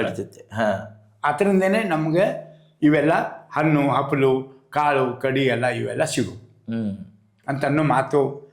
ಅವಾಗ ನಾವು ಹಂಗೆ ಪುಸ್ತಕದಾಗ ಓದ್ತಿದ್ವು ಫೋಟೋಸಿಂಥೆಸಿಸ್ ಅಂತ ಅನ್ನೋ ಅದು ಯಾವಾಗ ಎಲ್ಲಿ ಬಂದಿತ್ತು ಓದಿದ್ವಿ, ಆದರೆ ಆ ಥರದ್ದು ಇದಾಗಿರಲಿಲ್ಲ. ಆಮೇಲೆ ಹೆಂಗಡೆ ನಾನು ರೈತರ ಜೊತೆ ಕಳೆದ 25 ವರ್ಷ ಆಯಿತು ಈ ಸಾವಯವ ಕೃಷಿ ಬಗ್ಗೆ ನಾನು ಹೇಳ್ಕೊತ ಬಂದೇನೆ. ಕೆಲವು ಮಂದಿ ಮಾಡ್ಲಿಕ್ಕೆ ಶುರು ಮಾಡ್ಯಾರ. ಅವ್ರು ಇವತ್ತು ಸಂಖ್ಯೆ 200 ಅಷ್ಟೇ ಆಗ್ಯದ. ಆದರೆ ಪ್ರಭಾವ ವಿರುದ್ಧ ಈಸೋದು ಭಾಳ ಕಷ್ಟ ಐತಿ. ಅವ್ರಂತಾರ ನಮ್ಗೆ ರೊಕ್ಕನೂ ಅದೇ ಕೇಳ್ತಾ ಇದ್ದೆ, ಈಗ ಸಣ್ಣ ರೈತರಿಗೆ ಲಾಭ ಆಗ್ಬೇಕು, ನಮ್ಗೆ ರೊಕ್ಕ ಎಲ್ಲಿಂದ ಅಂತ ಕೆಲಸ. ಅಲ್ಲ, ನಿಮ್ಗೆ ರೊಕ್ಕ ಅಂತೂ ಬೇಕು, ಖರೆ ಈ ಥರ ರೊಕ್ಕ ಸಿಗೋದಿಲ್ಲ ಅಂತ ಯಾರು ಹೇಳಿದ್ರಿ ನಿಮ್ಗೆ? ಯಾರು ಹೇಳಿದರು? ಮಾಡಿರಿ ನೋಡಿರಿ, ಏನು ಮಾಡಿದಾರದ್ರೆ ನೋಡ್ತೀರಿ, ಏನು ತಿಳ್ಕೊತೀರಿ ಅಂತ ಕೇಳಿ ಯಾರಿಗೆ ಉತ್ಸಾಹ ಅದ ಅಂಥವ್ರನ್ನೂ ಅಲ್ಲೆಲ್ಲಿ ಕರ್ಕೊಂಡು ಹೋಗಿ ಆ ರೈತರಿಗೆ ಭೇಟಿ ಮಾಡೋ ಕೆಲಸ ಮಾಡ್ತೀನಿ. ನಾನು ರೈತ ಅಲ್ಲ, ನಾ ಹೊಲ ಮಾಡಿಲ್ಲ. ಆದರೆ ಯಾರ್ಯಾರು ನಮ್ಮ ರೈತ ಮಿತ್ರರಿದ್ದಾರೆ ಅವ್ರ ಜೊತೆ ಯಾವಾಗ ಸಮಯ ಸಿಗ್ತದ ಅವಾಗ ಅವ್ರ ಜೊತೆ ಕೂಡಿಕೊಂಡು ಅದ್ರ ಬಗ್ಗೆ ಮಾತಾಡೋದು. ನನ್ನ ಕಡೆಯಿಂದ ಆಗೋಷ್ಟು ಕೆಲಸ, ಕಳೆ ತೆಗೆಯೋದಿರಲಿ, ಬೇಕಾದ್ರೆ ಭತ್ತ ಕೊಯ್ಯೋ ಹಂಗಾಮ್ದಾಗ ಭತ್ತ, ಒಕ್ಕಲ್ದಾಗ ನಾನು ಬೇರೆ ಕೆಲಸ ಏನು ಮಾಡೋಕೆ ಬರೋದಿಲ್ಲಪ್ಪ, ನಿಮ್ಗೆ ನಾನು ಅಡುಗೆ ಮಾಡ್ತೀನಿ ನೋಡು, ನೀವು ಊಟ ಮಾಡೋಕೆ ಅಂತ ಕೆಲಸ. ಹಿಂಗೆ ನಾನು ಅವ್ರ ಜೊತೆ ಉಳಿತ ಕೆಲಸ ಬಂದಿದ್ದೇನೆ ಇವತ್ತೂ. ಈಗ ಅದು ನನ್ನ ಮುಖ್ಯ ಕೆಲಸ ಆಗಿದೆ. ಮತ್ತೀಗ ಈಗ ನೋಡಿ ಸರ್, ಈಗ ನೀವು ಹೇಳಿದ್ರಿ ಗುರುಗಳ, ಈಗ ರೈತರಿಗೆ ಲಾಭ ಬೇಕು ಮತ್ತು ಹಣ ಬೇಕು ಅವ್ರ ಜೀವನ ನಡೆಸ್ಬೇಕಾದ್ರೆ. ಈಗ ನಾವು ಇವ್ರಿಗೆ ಕ್ಯಾಶ್ ಕ್ರಾಪಿಂಗ್ ಮಾಡಬೇಕಾ ಅಥವಾ ಏನು ಫುಡ್ ರಿಲೇಟೆಡ್ ಕ್ರಾಪಿಂಗ್ ಇವತ್ತು ಬೆಳಿಬೇಕಾ, ಏನು ಮಲ್ಟಿಪಲ್ ಕ್ರಾಪಿಂಗ್ ಆಗಬೇಕಾ ಇವತ್ತು? ಅವ್ರದ್ದು ಪ್ರತಿ ಯಾವ ರೈತ ಕೆಲಸ ಮಾಡ್ತಾನೆ, ದುಡಿತಾನೆ, ಅವಂಗೆ ಆದಾಯ ಬರಬೇಕು. ಆದರೆ ಸಾವಯವ ಕೃಷಿದಾಗ ಆದಾಯ ಬರೋದಿಲ್ಲ ಅಂತ ಕೆಲಸ ಅಂತ ಅನ್ನೋದು ಒಂದು ಏನು ತಪ್ಪು ಕಲ್ಪನೆ ತಂದು ಕೊಟ್ಟಾರ, ಅದು ತಪ್ಪು. ಕ್ಯಾಶ್ ಕ್ರಾಪಿಂಗ್ ಮಾಡೋಕ್ಕೆ ಹೋದಾಗ ನಾವು ಯಾವುದೋ ಪರಿಸ್ಥಿತಿದಾಗ ಮೊನೋಕಲ್ಚರ್ ಆಗ್ದಂಗೆ ನೋಡ್ಕೊಳ್ಳಿಕ್ಕೆ. ಈಗೇನಾಗಿದೆ, ಅಂತಕ್ಕೆ ಹಚ್ಚಿರ ನಾವೆಲ್ಲ ಏನು ಹಚ್ಚ ಒಂದೇ. ಬಟಾಟೆ ಅಂದರೆ ಬಟಾಟೆನ, ಹತ್ತಿ ಅಂದರೆ ಹತ್ತಿನ ಅಲ್ಲ, ಅದು ಅಲ್ಲ. ಅದು ನಿಸರ್ಗಕ್ಕೆ ಅದು ಮೊದಲಿಂದ ಈ ಪದ್ಧತಿಲಿ ಗುಡ್ಡ ನೋಡಿದ್ರೆ, ಜಂಗಲ್ದಾಗ ನೋಡಿದ್ರೆ ಅಲ್ಲಿ ಹಲವಾರು ಇತರದ್ದು ಇರ್ತಾವೆ, ಹೌದಿಲ್ಲ? ಅವು ಗಿಡ ಮರಗಳನ್ನ ಇಲ್ಲ. ಖರೆ ಅಲ್ಲಿ ರೋಗ ಬಂದ ಕೆಲಸ ಇಡೀ ಎಲ್ಲ ಗಿಡಗಳೆಲ್ಲ ಸತ್ತು ಅದು ಅಂತಿಗಾಸ ಅಂತ ಅನ್ನೋ ಎಲ್ಲಿ ನಮ್ಗೆ ಇನ್ನವರೆಗೆ ಕಂಡಿಲ್ಲ. ಹ್ಮ್. ಇಲ್ಲಿ ಯಾಕೆ ಹಂಗಾಗ್ತದೆ? ಯಾಕಂತಂದ್ರೆ ರೋಗಾಣುಗಳಂತೂ ಅದಾವ 4,000 ನಮಗೆ ಸಹಾಯ ಮಾಡೋ ಕೀಟಾಣುಗಳು ಅದಾವ. ಹ್ಮ್. ಅದ್ರಾಗ ಫಕ್ತ 200 ಅಷ್ಟೇ ಹಾನಿ ಮಾಡೋ ಅದಾವ. ಓ. ಹ್ಮ್. ಹಾಂ, ಅವು 200 ಹಾನಿ ಮಾಡೋನು ಸಾಯಿಸೋ ಸಲುವಾಗಿ ನಾವು ಕೀಟನಾಶಕ ಉಪಯೋಗ ಮಾಡಿ 4,000 ನಾವು ಇದ ಮಾಡ್ತೀವಿ. ಅವಾಗ ನಾವು ಏನು ತಿಳ್ಕೊಳ್ಬೇಕಾಗಿದೆ ಅಂದರೆ ನಿಸರ್ಗದಾಗನೇ ಅದನ್ನು ಕಂಟ್ರೋಲ್ ಮಾಡುವ ಶಕ್ತಿನೂ ನಿಸರ್ಗದಾಗನೇ ಅದೇ. ಈಗ ಯಾವುದೋ ಗಿಡದ ಮ್ಯಾಗ ಬಂದ ನಂತರ ಕೀಟಾಣುಗಳು ಅದ್ರ ಕಾಲಾವಧಿ ಭಾಳ ಕಡಿಮೆ ಇರ್ತದೆ. ಆವಾಗ ನಾವು ಮೋನೋಕಲ್ಚರ್ ಮಾಡೋದ್ರಿಂದ ಒಂದಕ್ಕೆ ಬಂತಂದ್ರೆ ಬರಾಬರ್ ಅವಕ್ಕೆಲ್ಲಕ್ಕೂ ಅದು ಹರಡಿಬಿಡ್ತದೆ. ನಾವು ಮಿಕ್ಸ್ ಕ್ರಾಪ್ ಮಾಡಿದ್ರೆ ಈ ಬಂದಿದ್ರ ಹೋಗು ಆ ಮುಂದಿನ ಗಿಡಕ್ಕೆ ಹೋಗ್ಲಿಕ್ಕೆ ಇಲ್ಲಿ ಸ್ಟಾಪ್ ಅಡ್ಡದ. ಮತ್ತೆ ಎಕಾಲಜಿಕಲ್ ಬ್ಯಾಲೆನ್ಸ್ನು ಅದು ಆಗ್ತದೆ. ಅವಾಗ ಅದನ್ನ ನಾವೀಗ ತಿಳ್ಕೊಬೇಕಾಗಿದೆ. ಮತ್ತು ಆದಾಯ ಬರೋದು ಈಗ ಸಾವಯವ ಪದ್ಧತಿಯಿಂದ ಅಥಣಿ ಒಳಗೆ ಒಬ್ಬರು ನಾವು 1-2 ವರ್ಷ ಟ್ರೈನಿಂಗ್ ಮಾಡಿದ್ವು ಹುಣಸಿಯೂರು ಮಠಕ್ಕೆ. ಮಿಲಿಟ್ರಿ ಅವ್ರು ರಿಟೈರ್ ಆಗೋ ಜವಾನ್ ಕರ್ಕೊಂಡು ನಾವು ರಿಟೈರ್ ಆದ ನಂತರ ನೀವು ಹೊಲ ಮಾಡೋರಿದ್ರೆ ಈ ಪದ್ಧತಿಯಲ್ಲಿ ಮಾಡಿರಿ ಅಂತೇಳಿ ಅಲ್ಲಿ ಸ್ವಾಮೀಜಿಯವ್ರ ಜೊತೆ ನಾನು ಕೆಲಸ ಮಾಡಿದ್ವಿ. ಪ್ರಭು ನಿಲಸ್ಕರ್ ಅಂತ ಹೇಳಿ ಅವರು ಗೋಶಾಲ ಆದಿ. ಅವ್ನು ಹೋದ ನಂತರ ಮೊದಲಿನ ವರ್ಷನೇ ಕಬ್ಬು ಮಾಡಿದ ನಾವು ಈ ಹೇಳಿದ ಪದ್ಧತಿ ಪ್ರಕಾರ. ಮತ್ತು ಅಲ್ಲಿ ಅದು ಇನ್ನೂ ಭೂಮಿ ಅಷ್ಟು ಕೆಡಾಕಿಲಾಗಿರ್ಬೋದು. ಯಾಕಂತಂದ್ರೆ ಇಷ್ಟು ದೊಡ್ಡ ಪ್ರಮಾಣದಾಗ ರಸಗೊಬ್ಬರ ಹಾಕೋದು ತಿಳ್ತಿರಲ್ಲ. ಈ ನಮ್ಮ ಪಶ್ಚಿಮ ಮಹಾರಾಷ್ಟ್ರದಾಗನೇ ಅದಕ್ಕೆ ನಾವು ಸೇರ್ಕೋತೇವೆ. ಅಲ್ಲಿ ಭಾಳ ದೊಡ್ಡ ಪ್ರಮಾಣದಾಗ ಅದು ಈ ಕಬ್ಬು ಬೆಳೆಯೋದು. 90 ಟನ್ ಬಂದ್ರಿ. 70-80-90 ಟನ್ ಎಕರೆ ಹೇಳ್ರಿ. ರಾಸಾಯನಿಕ ಹಾಕಿಲ್ಲ. ಸಗಣಿ ಗೊಬ್ಬರ ಹಾಕಿರೋರು, ಕೊಟ್ಟಿಗೆ ಗೊಬ್ಬರ ಹಾಕಿರೋ. ಅಂದರೆ ಬರೋದಿಲ್ಲ ಅಂತ ಯಾರು ಹೇಳ್ತಾರೆ? ಇಲ್ಲ, ಅದೆಲ್ಲ ತಪ್ಪದೆ. ಖರೆ ನೀವು ಹ್ಞೂ ಅಂತ ಕೆಲಸ ರೊಕ್ಕ ಅಂತ ಕೆಲಸ ಅಂತ ಏನು ಹೊಂಟೀರಿ? ನಾ ರೈತನ ಕೇಳಿದೆ, ನೀವು ಎಂದರೆ ಹಿಶೋಬರಿ ಇಟ್ಟೇರೇನ್ರಿ? ಅಂದರೆ ಹಿಶೋಬ್ ಅಂತಂದ್ರೆ ನನ್ನ ಕಡೆ ಇಷ್ಟು ಲಕ್ಷ ಬಂದು ಅಂತ ಕೆಲಸ ಅಂತ ನೀವು ಹೇಳ್ಬೋದು. ನಾನು ಒಂದು ಹೋದೆ ಮಾರ್ಕೆಟ್ದಾಗ, ಅವ್ರ ಕಡೆಯಿಂದ ನಾ ಪಟ್ಟಿ ತೆಗೆದೆ, ಅವತ್ತು ತೊಗೊಂಬಂದೆ. ರಾತ್ರಿ ನಾ 2 ಲಕ್ಷ 3 ಲಕ್ಷ ರೂಪಾಯಿ ಎನಿಸಿದೆ. ಆದರೆ ಮರುದಿವ್ಸ ಎಲ್ಲೆಲ್ಲಿ ಹೋದು ಅಂತ ಕೆಲಸ ಅಂತ ಅನ್ನೋದು ಏನಾರು ನಿಮ್ಗೆ ಗೊತ್ತದ ಏನು? ಈ ದೊಡ್ಡ ರೈತರು ಎಲ್ಲರೂ ಇವತ್ತೇನು ರೈತಾಕಿ ಮಾಡ್ತಿದ್ದಾರೆ ಅದೆಲ್ಲ ಸಾಲದಿಂದ. ಆ ಅಡತಿ ಅಂಗಡಿಯವ್ರದ್ದರೆ ಸಾಲ ಇರ್ಬೋದು, ಇಲ್ಲದ್ರೆ ಬ್ಯಾಂಕರ್ದೇ ಇರ್ಬೋದು, ಇಲ್ಲದ್ರೆ ಸಾಹುಕಾರದ್ರೆ ಇರ್ಬೋದು. ಗೊಬ್ಬರ ಎಲ್ಲ ಇದು ಸಾಲ ಮಾಡ್ಕ್ಯಾಸರೆ ಇವತ್ತು ರೈತಾಕಿ.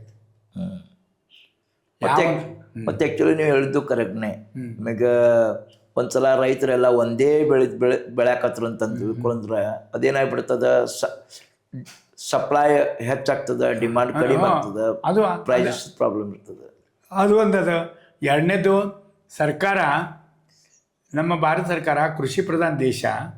ಇಲ್ಲಿ ಉದ್ಯೋಗಿಷ್ಟ ಸೃಷ್ಟಿ ಈ ಕೃಷಿ ಒಳಗನೆ ನಿರ್ಮಾಣ ಆಗುವಂಥ ಪರಿಸ್ಥಿತಿ ಇರುವಾಗ ಕೇವಲ 2% ಖರ್ಚು ಸರ್ಕಾರ ಮಾಡ್ತದೆ ರೈತಾಕಿ ಮೇಲೆ. ಆ 2%ದಾಗ 1-1.5% ಈ ವ್ಯವಸ್ಥೆಗೆ ಹೋಗ್ತದೆ. ಇವೆಲ್ಲ ಅವ ಅಧಿಕಾರಿ, ಇವ ಅಧಿಕಾರಿ, ಆ ಬಂಗ್ಲೆ, ಈ ಬಂಗ್ಲೆ, ಆ ಕಾರ್ ಗಾಡಿ, ಈ ಕಾರ್ ಗಾಡಿ. 0.5%ದಾಗ ಇವೆಲ್ಲ ಏನು ಸಬ್ಸಿಡಿ ಮಣ್ಣು ಸುಡುಗಾಡು ಏನು ಹೇಳ್ತಾರಲ್ಲ ಅದು. ಹಂಗೆ ನೋಡಿದ್ರೆ ಗುರುಗಳ ಕೃಷಿ ಒಳಗನ ಸಾಕಷ್ಟು ಫಿಶರೀಸ್ ಮಾಡ್ಬೋದು, ಪೋಲ್ಟ್ರಿ ಫಾರ್ಮಿಂಗ್ ಮಾಡ್ಬೋದು. ಸಾಕಷ್ಟು ಅಂದರೆ ನಮ್ಮ ಕೃಷಿ ರಿಲೇಟೆಡ್ ಉದ್ಯೋಗಗಳನ್ನ ಸಾಕಷ್ಟು ಅದಾವ.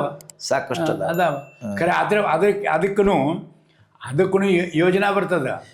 ಆದರೆ ಒಂದು ತಾಲೂಕಕ್ಕೆ 10 ಮಂದಿ ಅಂತ. ಆದರೆ ಈಗ ಹಾಸ್ಯಾಸ್ಪದ ಏನಲ್ರಿ ಇದು. ದನದ ಕೊಠಡಿ ಇವೆಲ್ಲ ನೀವು ಹೇಳಿದ್ರಲ್ಲ, ಕೋಳಿ ಸಾಕಾಣಿಕೆ ಅದು. ಆವಾಗ ಈಗ ನಿಂಗಿನಟ್ಟಿ ಅಂತ ಊರಾಗ ಭಾಳ ವರ್ಷದಿಂದ ಸಂಪರ್ಕ ಇರೋದ್ರಿಂದ ಮತ್ತು ಎಲ್ಲ ಬಡವರು ರೈತರು ಅಲ್ಲಿ ನಾವು ಸಾವಯವ ಕೃಷಿ ಮಾಡೋರದ್ದು ಒಂದು 10 ಜನರದ್ದು ಒಂದು ಸಂಘ ಮಾಡ್ಕೊಂಡೇವಿ.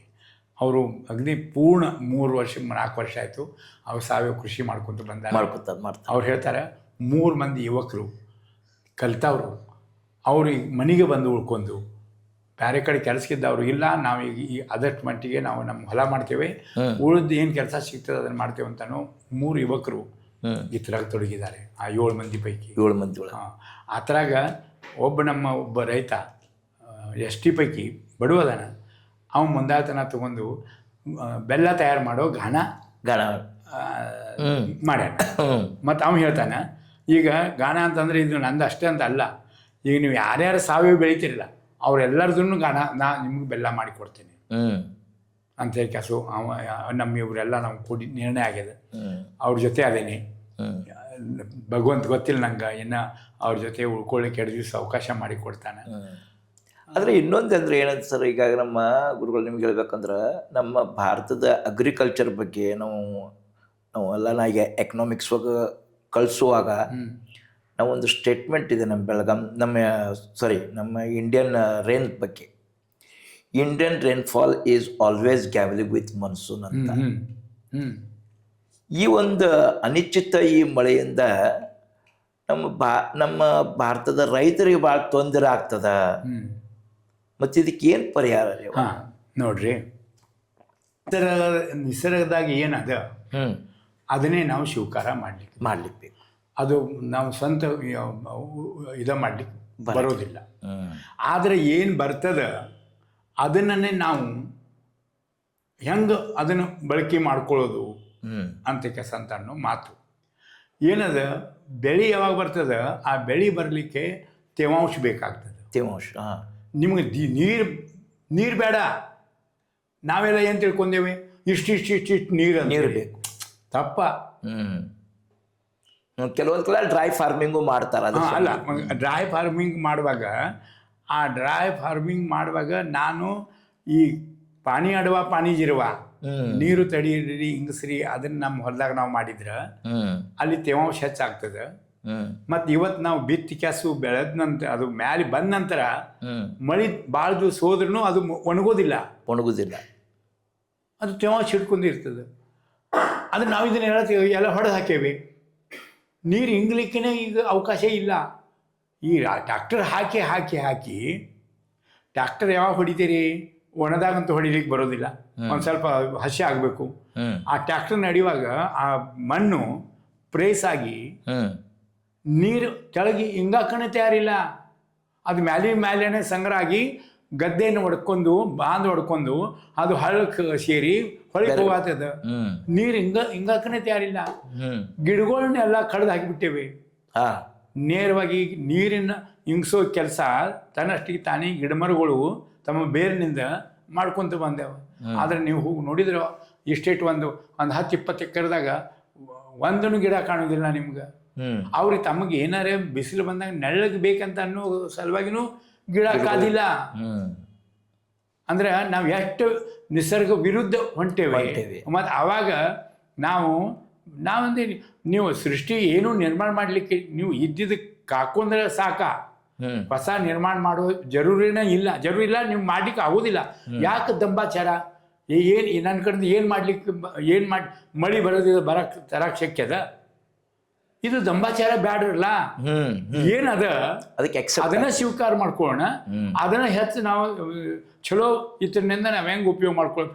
ಮತ್ತು ನೀರು ಬೇಡೋ ಕ್ರಾಪನ್ನ ಎಲ್ಲ ಪೂರ್ಣ ಎಲ್ಲ ಅವಯಾಕ ಎಲ್ಲಕ್ಕಿಂತ ಹೆಚ್ಚು ನೀರು ಕೇಳೋದು ಕಬ್ಬ. ಅದಕ್ಕೆ ನೀರು ಬಾಳ್ಬೇಕು. ಮತ್ತು ನೀವು ಈಗ ಇಲ್ಲಿಂದ ನಮ್ಮ ಸ್ವಲ್ಪ ನಿಪ್ಪಾಣಿ ಬಿಟ್ಟ ನಂತರ ನೀವು ನೋಡ್ಕೊತ ಹೋಗ್ರಿ, ಕರಾಡ್ ಸಾತಾರ ಆ ಪುಣೆ ಬರೋ ಮಟನೂ ಎಲ್ಲ ಕಡೆ 2 ಬಾಜು ಕಬ್ಬನೇ ಕಬ್ಬ. ಅಂದ್ರೆ ಇದು ತಪ್ಪೈತಿ ನಿಲ್ರಿ. ಯಾರಿಗೋ ಬೇಕಾಗಿರ್ಬೇಕು ಸಕ್ರಿ. ನಾವೇ ಏನು ಮಕ್ತಾ ತಗೊಂಡೇವ ಅವ್ರಿಗೆ ಪೂರೈಕೆ ಮಾಡಕ್ಕ? ಮತ್ತು ಅದು ಕಬ್ಬದಿಂದ ಉತ್ಪಾದನೆ ಹೆಚ್ಚು ಬರ್ತೈತೆ ಅಂತ ಹೇಳಿ ರೈತರು ಏನು ಕಬ್ಬು ಮಾಡ್ತಿದ್ದಾರೆ ಅದು ಖರೆ ಇದ್ದಿದ್ರೆ ರೈತ ಆತ್ಮಹತ್ಯೆ ಮಾಡೋ ಪ್ರಶ್ನೆ ಯಾಕೆ ಬರ್ತಿತ್ತು? ಈಗ ಎಲ್ಲರೂ ಆತ್ಮಹತ್ಯೆ ಮಾಡಕ್ಕತ್ತಿಲ್ಲ, ಕೆಲವು ಮಂದಿ ಮಾಡತ್ತಾರ. ಆದರೂ ಕೆಲವು ಮಂದಿ ಆತ್ಮಹತ್ಯೆ ಮಾಡೋಕ್ಕಿಂತ ಹೆಚ್ಚಿನ ಇದ್ರಾಗ ಬಂದಾರ ಪರಿಸ್ಥಿತಿ ಮನಸ್ಥಿತಿ. ನಿಮ್ಮ ಪ್ರಕಾರ ಅಂದರೆ ನಮ್ಮ ಭಾರತದೊಳಗೆ ಆಯಾ ಪ್ರದೇಶಕ್ಕೆ ಅನುಗುಣವಾದಂಥ ಹವಾಮಾನ ಮಳೆಗೆ ತಕ್ಕಂಥ ಬೆಳೆಗಳನ್ನು ಬೆಳಿಬೇಕೇ ವಿನಃ ಹಣಕ್ಕಾಗಿ ಬೇಕು ಅದನ್ನ ಬೆಳಿಬಾರ್ದು. ಅಂದ್ರೆ ಇಷ್ಟಿಟ್ಟು ಬೇಕು ನಂಗೆ, ಹಾಂ, ಇಷ್ಟಿಟ್ಟಿಲ್ಲ ನಾವು ಮಾಡೋಣಲ್ಲ ಎಡ್ ಬರ್ತದೆ ಬರಲಿ. ಮತ್ತು ಇಷ್ಟು ನನಗೊಂದು ಪ್ರಶ್ನೆ ಅದ, ಇಷ್ಟೆಲ್ಲ ಹಣ ತೊಗೊಂಡು ಏನು ಮಾಡೋರು ಇವರು? ನೀವು ಅದನ್ನ ಏನು ಮಾಡ್ತೀರಿ ಅದನ್ನಾರೇ ಹೇಳ್ರಿ. ನಿಮ್ಮ ನಿಧಾನ ನೀವು ಸಾಯುವಾಗ ಆ ಅಗ್ನಿದಾಗ್ರೆ ಹಾಕಿರೋರೆ ನಾವು ಒಂದು ಹೇಳಕ್ಕೆ ತಿಳ್ಕೊತಿದ್ದೆ, ಅವನು ಕೂಡ ಅದು ಹೋತ್ ಬಿಡಪ್ಪ ಅಂತೇಳಿ ಕೆಲಸ. ಆವಾಗ ಇನ್ನೂ ಇಲ್ಲೇ ಹೆಣ ಇರ್ತದ, ಒಳಗೆ ಹುಡುಕ್ಲಿಕ್ಕೆ ಶುರು ಮಾಡ್ತಾರ, ಎಲ್ಲೆಲ್ಲಿ ಡಿಪಾಸಿಟು ಇವ ಅದಾವು, ಎಲ್ಲೆಲ್ಲಿ ಏನೇನು ಅದಾವು, ಅದು ಇನ್ನೂ ಹೆಣ ಇಲ್ಲೇ ಇದ ನೋಡಿರ್ಬೇಕಾದ್ರೆ ನೀವು ವಿಚಾರ ಮಾಡಿ. ಅಂದ್ರೆ ದರಿದ್ರಿ ಆಶಾ ಅವಂಗಂತೂ ಇಲ್ಲೇ ಇಲ್ಲ. ಅರೆ ಏನದು ಎಷ್ಟು ಅಪೇಕ್ಷೆ ಮಾಡೋದು?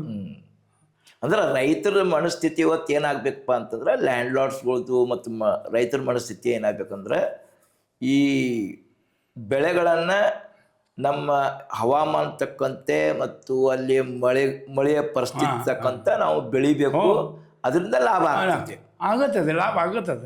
ನೀವು ಈಗ ಕರ್ನಾಟಕ ಹೋಗಿ ತೊಗೊಂಬರ್ತಾರಂತ್ರಿ ಔಷಧ ಹೊಡಿಲಿಕ್ಕೆ, ಮೆಣಸಿನ್ಕಾಯಿಗೆ.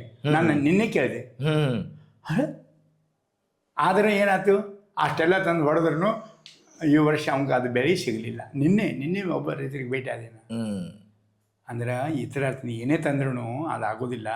ನಿನ್ನ ಭೂಮಿ ಒಳಗನೆ ಈಗಾಗಲೇ ಸಾಕಷ್ಟು ವಿಷಾಣು ಬಂದದ. ಆ ವಿಷಾಣುನ ನಿನಗೆ ಈ ಬೆಳೀಲಿಕ್ಕೆ ಅದು ಕೊಡ್ಲಿಕ್ಕೆ ತಯಾರಿಲ್ಲ. ಆ ಭೂಮಿ ಪೈಲ ನೀ ದುರಸ್ತಿ ಮಾಡು, ವಿಚಾರ ಮಾಡು ಅಂತ ಅನ್ನೋ ಮಾತು ಹೇಳಿ ನಾನು ನಿನ್ನೆ ಬಂದೆ. ಮತ್ತು ಇವತ್ತಿನ ಯುವಕರಿಗೆ ನೋಡ್ರಿ, ಈಗಿನ ಎಲ್ಲ ಹಳ್ಳಿ ಒಳಗೆ ಈಗೊಂದು ಏನಾಯ್ತಂದ್ರೆ, ಈಗ ಅರ್ಬನೈಜೇಷನ್ ಅಂತೇಳಿ ಒಂದು ಸರ್ಕಾರ ಒಂದು ನೀತಿ ತಗೊಂತಂದ್ರೆ, ಪ್ರತಿಯೊಂದು ಹಳ್ಳಿಗಳನ್ನು ಶಹರೀಕರಣ ಮಾಡಿಸ್ಬೇಕು ಅಂತಕ್ಕಂಥ ಒಂದು ಯೋಜನೆಯನ್ನು ತೊಗೊಂಡು ಬರೋದ್ರಿಂದ ನಮ್ಮ ಹಳ್ಳಿ ಒಳಗಿನ ಯುವಕರೆಲ್ಲ ಏನು ಮಾಡಕತ್ರು, ಈ ನಗರದ ಕಡೆಗೆ ಆಕರ್ಷಕರಾಗಿ ಎಲ್ಲ ಆ ಕಡೆ ಹೊಂಟಾರ. ಮತ್ತು ಅವ್ರನ್ನೆಲ್ಲರನ್ನೂ ಮತ್ತು ಹೊಳ್ಳಿ ಕೃಷಿಗೆ ತರೋದು ಹೆಂಗೆ? ಅವ್ರು ನಾವು ತರೋದು ಬೇಡ, ಅವರೇ ಬರ್ತಾರೆ. ಇನ್ನೊಂದು ಅದಕ್ಕೆ ಅವಧಿ ಅದ ತಿಳಿದ್ರಲ್ಲ. ಅಂದ್ರೆ ಒಬ್ಬ ಮನುಷ್ಯ ಬಾಳ್ಬೇಕಾದ್ರೆ ನಾವು ಮನುಷ್ಯರು ತಿಂದು ಬದುಕುವಂಥ ಪರಿಸ್ಥಿತಿ ಬರಲಿಕ್ಕೆ ಭಾಳ ದಿವಸ ಬೇಕಾಗಿಲ್ಲ. ನಿಮ್ಗೆ ಹೊಟ್ಟಿಗಂತೂ ಏನಾರು ಬೇಕಂದ್ರೆ ನೀವು ಕಡಿಕೆ ಅಲ್ಲೇ ಬರಬೇಕು.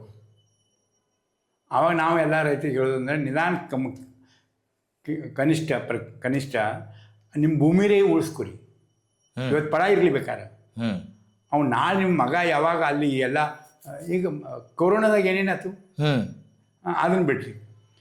ಪರರಾಷ್ಟ್ರಗಳದ್ದು ಏನೇನು ನಡೆದದ, ಯುಕ್ರೇನ್ದಂದ ಬಂದರು, ಅಮೇರಿಕದಾಗ ಹೇಳಕ್ಕೆ ಶುರು ಮಾಡ್ಯಾರ. ಈಗ ಪರರಾಷ್ಟ್ರದವ್ರು ಇದ್ದವ್ರು ನೀವೆಲ್ಲರೂ ಈಗ ಏನು ಮಾಡಿರಿ, ಹೋಗ್ರಿ, ಇದು ಖಾಲಿ ಮಾಡಿರಿ. ಆವಾಗ ಎಲ್ಲಿ ಹೋಗೋರು ಅವರು? ಇಲ್ಲಿ ಬರಬೇಕು ಕಡಿಕೆ. ಅಂದರೆ ನಿಮ್ಮ ಪ್ರಕಾರ ಈಗ ನಮ್ಮ ಈ ಭಾರತದ ಯುವಕರಿಗೂ ಕೂಡ ಕೃಷಿ ಒಂದು ದೊಡ್ಡ ಉದ್ಯೋಗ ಇಲ್ಲ ಬಾಳಲಿಕ್ಕೆ ಅದೇ ಒಂದೇ ಇವತ್ತು ಈ ಕಾರ್ಖಾನೆಗಳ್ದು ಏನು ಪರಿಸ್ಥಿತಿ ಆಗಿದೆ, ಇವತ್ತು ಏನು ಈ ಕಾರ್ಖಾನೆ ಚಾಲು ಅದ, ಅದು ಇನ್ನು 2 ದಿವಸ ನಡೆದಂತ ಅಂತ ಅನ್ನೋದು ಗ್ಯಾರಂಟಿ ಇಲ್ಲ. ಸ್ಪರ್ಧೆ ಭಾಳ ದೊಡ್ಡದು ನಡೆದದ. ಇದನ್ನು ಮುಚ್ಕೊಂಡು ಕೆಲಸ ಮತ್ತೊಂದು ತೆಗೆದು ಅದ್ರಾಗನ ಇದು AI ಅಂತ ಅದು ಬಂದು ಇದು ಟೆಕ್ನಾಲಜಿ ಬಂದು ಕೆಲಸ ಜನರದ್ದು ಉದ್ಯೋಗ ಎಲ್ಲ ಕಸ್ಕೊಳಕತ್ತದ. ಅಂಗಡಿ ಎಲ್ಲ ಉದ್ಯೋಗ ಒಮ್ಮೆ ಕೈಯಿಂದ ಹೋದ ನಂತರ ಅವ್ರೇನು, ನೀವು ಬೇಡಪ್ಪ ನಮ್ಮ ಕಡೆ ಕೆಲಸ ಇಲ್ಲ ಅಂದರೆ ಇವ್ರದ್ದು ಜೀವನ ಜವಾಬ್ದಾರಿ ಏನು ಅವ್ರು ತಗೊಳ್ಳೋದಿಲ್ಲ. ಕಡೆಗೆ ಹಿಂಗೆ ಎಲ್ಲಿ ಹೋಗ್ಬೇಕು ಇವರು? ಕಡೆಗೆ ಇಲ್ಲೇ ಬರಬೇಕು, ಭೂಮಿಗೇನ ಬರಬೇಕು. ಮತ್ತು ನಮ್ಮ ದೇಶದ ಪರಿಸ್ಥಿತಿ ಅಂತೂ ಭೂಮಿ ಇದು ಒಂದೇ ಒಂದು ಆಧಾರ. ಅದು ಇದೇ ಒಂದು ದೊಡ್ಡ ಇಂಡಸ್ಟ್ರಿ, ಇದು ದೊಡ್ಡ ಇಂಡಸ್ಟ್ರಿ. ಅದು ಆ ಥರಗಣ ಎಷ್ಟೋ ಮಂದಿಗೆ, ಸಾಕಷ್ಟು ಮಂದಿಗೆ ಇವತ್ತು ಇಷ್ಟು ಮಂದಿಗೆಲ್ಲ ಉದ್ಯೋಗ ಕೊಡೋ ಸರ್ಕಾರ ವಿಚಾರ ಮಾಡಿದ್ರೆ ಶಕ್ಯತ್ರಿ ಸರ್ಕಾರಕ್ಕೆ. ಆ ಪಾಪ ಇಬ್ಬರು ಗಂಡ ಹೆಂಡತಿ, ಇಬ್ಬರು ಮಕ್ಕಳು ಇಟ್ಕೊಂಡು ಇರೋ ಒಂದು ಅರ್ಧ ಎಕರೆ ಪೌನ್ ಎಕರೆದಾಗ ಹೋಗಿ ತನ್ನೆಲ್ಲ ಏನೇನು ಮಾಡ್ಕೊಂಡು ತನ್ನ ವರ್ಷಕ್ಕೆ ಬೇಕಾಗುವಷ್ಟು ಬೆಳ್ಕೊಂಡು ಅವ್ರು ಯಾರು ಕೊಟ್ಟಾರ ಅವ್ರಿಗೆ ಉದ್ಯೋಗ? ಅವ್ರು ತಮ್ಮದು ಉದ್ಯೋಗ ತಾವ ಸೃಷ್ಟಿ ಮಾಡ್ಕೊಂಡಾರ. ಅವ್ರಿಗೆ ಅವ್ರ ಮನಸ್ಸಿನಿಂದ ಆನಂದದಿಂದ ಮಾಡಕ್ಕೆ ಅವ್ರನ್ನ ಬಿಟ್ಕೊಡ್ರಿ ಅಂತ ಕೆಲಸ ಅಂತ ಇವತ್ತು ಹೇಳೋ ಪಾಳಿ ಬಂದದ. ಆದರೆ ಇವತ್ತು ಸರ್ಕಾರ ಅವ್ರ ಬೆನ್ನು ಏನೇನು ಹತ್ತದ, ಆ ಕಾರ್ಡು ಈ ಕಾರ್ಡು ಮಣ್ಣು ಸುಡುಗಾಡು, RSR ಏನದ್ರಿ, RSR ಏನು ಮಾಡ್ತಿದ್ದಾರಲ್ಲ ಈಗ ಪ್ರತಿಯೊಬ್ಬರಿಗೆ ಒಂದು ಏನೋ ಫಾರ್ಮ್ ತಂದು ಕೊಟ್ಟು SIR ಏನ್ರಿ ಅದ ಏನಾಗೋದು ಹೇಳ್ರಿ ಅದ್ರ ನಿಂದು ಅದನ್ನು ಕೇಳಿದ ಮಾಹಿತಿ ಪಾಪ ಇವ್ರು ಎಲ್ಲರ ಕಡೆ ಇಡ್ಲಿಕ್ಕೆ ಅವ್ರದ್ದು ಎಲ್ಲರೂ ರೆಕಾರ್ಡ್ ಬೇಕಂತೆ. ಎಲ್ಲಿ ಇರೋದ್ರಿ ರೆಕಾರ್ಡ? ನೀ ಹುಟ್ಟಿದ್ದು ನಿನ್ನಪ್ಪ ತಂದೆ ಹೀಗೆ ಅದು ರೆಕಾರ್ಡ್ ಇದ್ರೆ ನೀ ಖರೆ ಅಂತ ಅವ್ರ ಆಕಾಶದಿಂದ ಬಿದ್ದರೆ ಹಂಗೂ ಇರ್ಬೋದು. ಆದರೆ ಅವ್ರನ್ನ ಪತ್ತೆ ಹಚ್ಚಲಿಕ್ಕೆ ಈ ಪದ್ಧತಿ ನನಗೆ ಯೋಗ್ಯ ಅನಿಸೋದಿಲ್ಲ. ಈಗ ನಾ ಕಡೋಲಿ ಊರಾಗ 1-2-4 ಮಂದಿಗೆ ರೆಕಾರ್ಡ್ ಸಿಗಲಿಲ್ಲ ಅಂತ ತಿಳ್ಕೊಳ್ಳೋಣ. ಅವ್ರು ಎಲ್ಲಿಂದ ಬಂದರು? ಇಲ್ಲೇ ಅವ್ರೇ. ಆದರೆ ಇಲ್ಲ ಅವ್ರ ಕಡೆ ರೆಕಾರ್ಡ. ಈಗ ಅಂಥವ್ರ ಕಡೆ ರೆಕಾರ್ಡ್ ಇಲ್ಲ ಅಂತ ಹೇಳಿ ಕೆಲಸ ನಮ್ಮ ದೇಶನವ್ರು ಅಲ್ಲ ಅಂತ ಹೇಳಿ ಕೆಲಸ ಸರ್ಕಾರ ಅದರ ಜಾಹೀರು ಮಾಡಿದ್ರೆ ಇದು ಎಂಥ ದೊಡ್ಡ ಅನ್ಯಾಯ ರೀ. ನಾ ತಿಳ್ಕೊಂಬ ಅದ್ರ ಬಗ್ಗೆ ಭಾಳಷ್ಟು ತಿಳ್ಕೊಂಡಿಲ್ಲ. ಖರೆ ಈಗ ಏನು ನಡೆದದ ಇದು ಹೇಳ್ತೈತೆ ಅಂತ ಅದು. ಅಲ್ಲಿ ಏನೋ 100 ಪ್ರಶ್ನೆ ಅದಾವಂತ್ರಿ. ಅಪ್ಪ ಅವ್ರೀಗ ಅದನ್ನ ಮಾಡಿದ್ದಕ್ಕೆ ಕಾರಣ ಅಂತಂದ್ರೆ ಸರ್, ಈಗ ವಲಸೆಗಾರದ್ದು ಬೇರೆ ದೇಶದಿಂದ ಏನಪ್ಪ ಅಂತಂದ್ರೆ ಬೇರೆ ಮಾರ್ಗದಿಂದ ನಮ್ಮ ದೇಶ ಒಳಗೆ ನುಸುಳಿದಾರ, ಆಮೇಲೆ ಆತಂಕವಾದಿಗಳು ಬರ್ತಾ ಇದ್ದಾರೆ. ಈ ಒಂದು ದೃಷ್ಟಿಕೋನದಿಂದ ಅಥವಾ ಅಂದರೆ ಸುಳ್ಳು ಮಾಹಿತಿ ಇಟ್ಕೊಂಡು ಇಲ್ಲಿ ವೋಟರ್ಸ್ಗಳಾಗಿದ್ದಾರೆ, ಅವ್ರನ್ನ ರದ್ದು ಮಾಡಲಿಕ್ಕೆ ಇದನ್ನು ಮಾಡೇವಿ ಅಂತ ಹೇಳ್ತಾ ಇದ್ದಾರೆ. ಇಲ್ಲ, ನಾನು ಅದು ಒಪ್ತೇನೆ. ಖರೆ ಅವ್ರನ್ನ ಹುಡುಕಲಿಕ್ಕೆ ಈಗ ನನ್ನ ಕಡೋಲಿ ಊರಂತಾಗ ಹತ್ರದಾಗ ಯಾವ್ಯಾವ ದೇಶನವ್ರು ಇದ್ದಿರ್ಬೇಕ್ರಿ. ಬಂದ್ರೆ ಇವತ್ತು ಪರಿಸ್ಥಿತಿ ನಮ್ಮ ದೇಶದ್ದು ನೀವು ಆ ಪರಿಸ್ಥಿತಿ ನಿರ್ಮಾಣ ಮಾಡಿದಕ್ಕೆ ಬಿಹಾರದವ್ರಿಗೆ ಇವತ್ತು ಕರ್ನಾಟಕಕ್ಕೆ ಮತ್ತು ಎಲ್ಲೆಲ್ಲೋ ಕೆಲಸಕ್ಕೆ ಬರುವಂಥ ಪರಿಸ್ಥಿತಿ ಇವತ್ತು ನಿರ್ಮಾಣ ಆಗಿದೆ. ಹೌದಿಲ್ರಿ? ಯಾರು ಅಂಥವ್ರು ಅಂಥವ್ರು ಇರ್ಬೋದು. ಖರೆ ನೀವು ಅವ್ರನ್ನ ಪತ್ತೆ ಹಚ್ಚಲಿಕ್ಕೆ ಇಡೀ ದೇಶದವ್ರಿಗೆಲ್ಲ ಅದು ನನಗೆ ಅನಿಸಿದ ಮಟ್ಟಿಗೆ ದಹಶತ್ವಾದದಂತ ಮತ್ತು ಅಂತ ಏನು ಹೇಳ್ತಿದಾರಲ್ಲ, ನೀವು ನನಗೆ ಏನಾನ ಇದು ಸುಳ್ಳು ಅದು ತಿಳಿತಿರಲ್ಲ. ಇದು ಷಡ್ಯಂತ್ರ. ಅದು ಷಡ್ಯಂತ್ರ ಅಂದರೆ ಹೋಟೆಲ್ದಿಂದ ಇವ್ರು ನಿಮ್ಮನ್ನು ತೆಗೆದು ಹಾಕೋದು ನೋಡಿರ್ಬೇಕಾರೆ. ಇದು ಹೋಟೆಲ್ ಲಿಸ್ಟ್ ಇದ್ದೇನೆ ಐತಿದು. ಅದು ಇರ್ಬೋದು. ಖರೆ ನೀವು ಮಾಡ್ಕೊರಲ್ಲ. ಈಗ ನಾವು ತಿಳ್ಕೊಳ್ಳೋಣ, ಬಂಗಾಳದಾಗ ಕೆಲವು ಪ್ರಮಾಣದಾಗ ಇರ್ಬೋದು, ತಿಳಿತಾರಲ್ಲ. ಖರೆ ಬಂಗಾಳದಾಗೂ ಬೇರೆ ರಾಷ್ಟ್ರದಿಂದ ಬಂದ ಕೆಲಸ 10-20 ವರ್ಷ ಅಲ್ಲಿ ಉಳಿದ ನಂತರ ನೀವೇನಾರು ಅವ್ರಿಗೆ ಮತ್ತು ನಮ್ಮ ಘಟನೆ ಪ್ರಕಾರ ನಮ್ಮ ದೇಶನಾಗ 3 ವರ್ಷ ಉಳಿದ ನಂತರ ಅವ್ರಿಗೆ ನೀವು ನಮ್ಮ ನಾಗರಿಕತ್ವ ಕೊಡಬೇಕು. ನಮ್ಮವರಾದ್ರೆ ಅವರು ನಮ್ಮ ಭಾರತೀಯ ಘಟನೆನೇ ಹೇಳ್ತದೆ. ಸಹಿಷ್ಣುತೆ ನಮ್ಮ ದೇಶನಾಗ ಎಷ್ಟು ಅದ ಅಷ್ಟು ಬೇರೆ ಕಡೆ ಇಲ್ಲ. ಹೀಗೆಲ್ಲ ಇರುವಾಗ ನೀವು ಅವ್ರನ್ನ ಬೇರೆದವ್ರನ್ನಂತಿಕೆ ಹೆಂಗಿದೆ ಮಾಡೋರು ನೀವು? ಮತ್ತು ಅದನ್ನೇ ನೀವು ಮುಖ್ಯ ಕ್ಯಾಟಗರಿ ಇಟ್ಕೊಂಡ್ರೆ, ನಿಮ್ದು ಎಲ್ಲಿ ನೋಂದಿಲ್ಲ ಅಂತ ಕೆಲಸ ಅನ್ನೋ ಒಂದು ವಿಚಾರ ಇಟ್ಕೊಂಡ್ರೆ, ಇನ್ನೂ ನೀವು ಸಾಕಷ್ಟು ಜನರ ಕಡೆ ಆ ರೆಕಾರ್ಡ್ ಇಲ್ಲ. ಈಗ ಇದೆಲ್ಲ ಹೆಂಗೆ ಏನು ಮಾಡೋರು ಅಂದರೆ ಮತ್ತು ಅದನ್ನ ಬೆನ್ನು ಹತ್ಕೊಂಡು ಕೆಲಸ ಹೇಳ್ತಿರಲ್ಲ. ಬ್ಯಾಂಕ್ ಇಷ್ಟೆಲ್ಲ ನೀವು ಆನ್ಲೈನೆಲ್ಲ ತೊಗೊಂಬಂದು ಲಕ್ಷಕ್ಕೆ 2 ಲಕ್ಷಕ್ಕೆ 4 ಗಂಟೆ ಒಂದು ಕ್ಷಣದಾಗ ಹೆಂಗೆ ಹೋಗತ್ತವ ಅಂದರೆ ಏನು ನೀವು ಏನು ಸುರಕ್ಷಿತತೆ ತಂದ್ರಿ, ಏನು ಅಸುರಕ್ಷಿತತೆ ತಂದ್ರಿ? ಬ್ಯಾಂಕಿನಾಗ ಇರೋ ಅಕೌಂಟ್ ರೊಕ್ಕ, ನನ್ನ ಅಕೌಂಟ್ ಮ್ಯಾಗಿನ ರೊಕ್ಕ ಬ್ಯಾಂಕ್ ಯಾವಾಗ ಮನಸ್ಸು ಮಾಡ್ತದೆ ಅವಾಗ ಬೇಕಾದವ ತಕ್ಕೋತದ. ಏನೇನೋ ಹೇಳ್ತದೆ ಕಾರಣ. ಅದೆಲ್ಲ ನಡೆದೈತ್ರಿ. ಈಗ ಅದೆಲ್ಲ ನಡೆದಿದ್ರಲ್ಲ. ಅಂದರೆ ಹೆಂಗೆ ಸುರಕ್ಷಿತತೆ ಅಂತ ನೀವು ಯಾವುದಕ್ಕನ್ನ ಅವ್ರ ಸುರಕ್ಷಿತತೆ ಅಂತ ಅನ್ನೋದಂತೂ ಬಗ್ಗೆ ನನಗಂತೂ ಭಾಳ ದೊಡ್ಡ ನಾನು ಅಭ್ಯಾಸ ಇಲ್ಲ. ಅದ್ರಾಗ ನಿಮಗೆ ಅನಿಸಿದ್ದು ಹೇಳಿದ್ದೆ, ಅನಿಸಿದ್ದು ನನ್ನ ಭಾವನಾ ಹೇಳಿದೆ. ನಿಮ್ಗೆ. ಆಮೇಲೆ ಇನ್ನೊಂದು ಈಗ ಈ ನೀವು ಗ್ರಾಮೀಣ ಒಳಗೆ ಭಾಳಷ್ಟು ಕೆಲಸ ಮಾಡಿದ್ರಿ. ಗ್ರಾಮ ಒಳಗೆ ಈಗ ಮದ್ಯ ಸೇವನೆ ಹಾಂ ಮತ್ತು ಇದು ಸಾಮಾಜಿಕ ಸಮಸ್ಯೆಗಳು ಇದನ್ನು ಮುಕ್ತ ಆಗಲಿಕ್ಕೆ ಏನು ಮಾಡ್ಬೋದು? ಹಾಂ, ಇದು ನಾವು ಮೋರ್ಚಾ ತೊಗೊಂಡು ಹೋಗಿದ್ವಿ ರೀ. 5,000 ಮಂದಿನೂ ಕಾಲ್ನಡಿಗಿಂದ ಚಿತ್ರದುರ್ಗದಿಂದ ಬೆಂಗಳೂರು ಮಠ ನಾವು ಅದ್ರಾಗ ಒಟ್ಟ ನಾವು 5,000 ಮಂದಿ ಹೋಗಿದ್ವಿ ರೀ. ಕುಮಾರಸ್ವಾಮಿಯವರು ಆವಾಗ ಮುಖ್ಯಮಂತ್ರಿ ಇದ್ದರು. ಅವ್ರು ಯಾರ್ಯಾರನ್ನೂ ಕಳಿಸ್ಕೊಟ್ರು. ನಾವು ಒಂದು ಸ್ವಲ್ಪ ಹಠ ಹಿಡಿದು, ಇಲ್ಲ ಇದು ಮುಖ್ಯಮಂತ್ರಿಯವ್ರನ್ನ ಬಂದ ಕೆಲಸ ನಮಗೆ ಇದು ಇದಾಗಿ ಕೊಡಬೇಕು ಅಂತ ಹೇಳಿ. ಮುಖ್ಯಮಂತ್ರಿ ಏನು ಹೇಳ್ತಾರೆ ಗೊತ್ತೈತೇನ್ರಿ?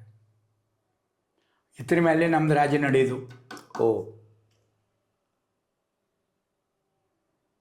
ಒಂದೊಂದು ಆ ಥರದ ಆದಾಯ ಬರ್ತದೆ. ಮತ್ತು ಮಂದಿನ ಬುದ್ಧಿಭ್ರಷ್ಟ ಮಾಡಿ ಅಕ್ರಿಯಾಶೀಲನ ಮಾಡಿ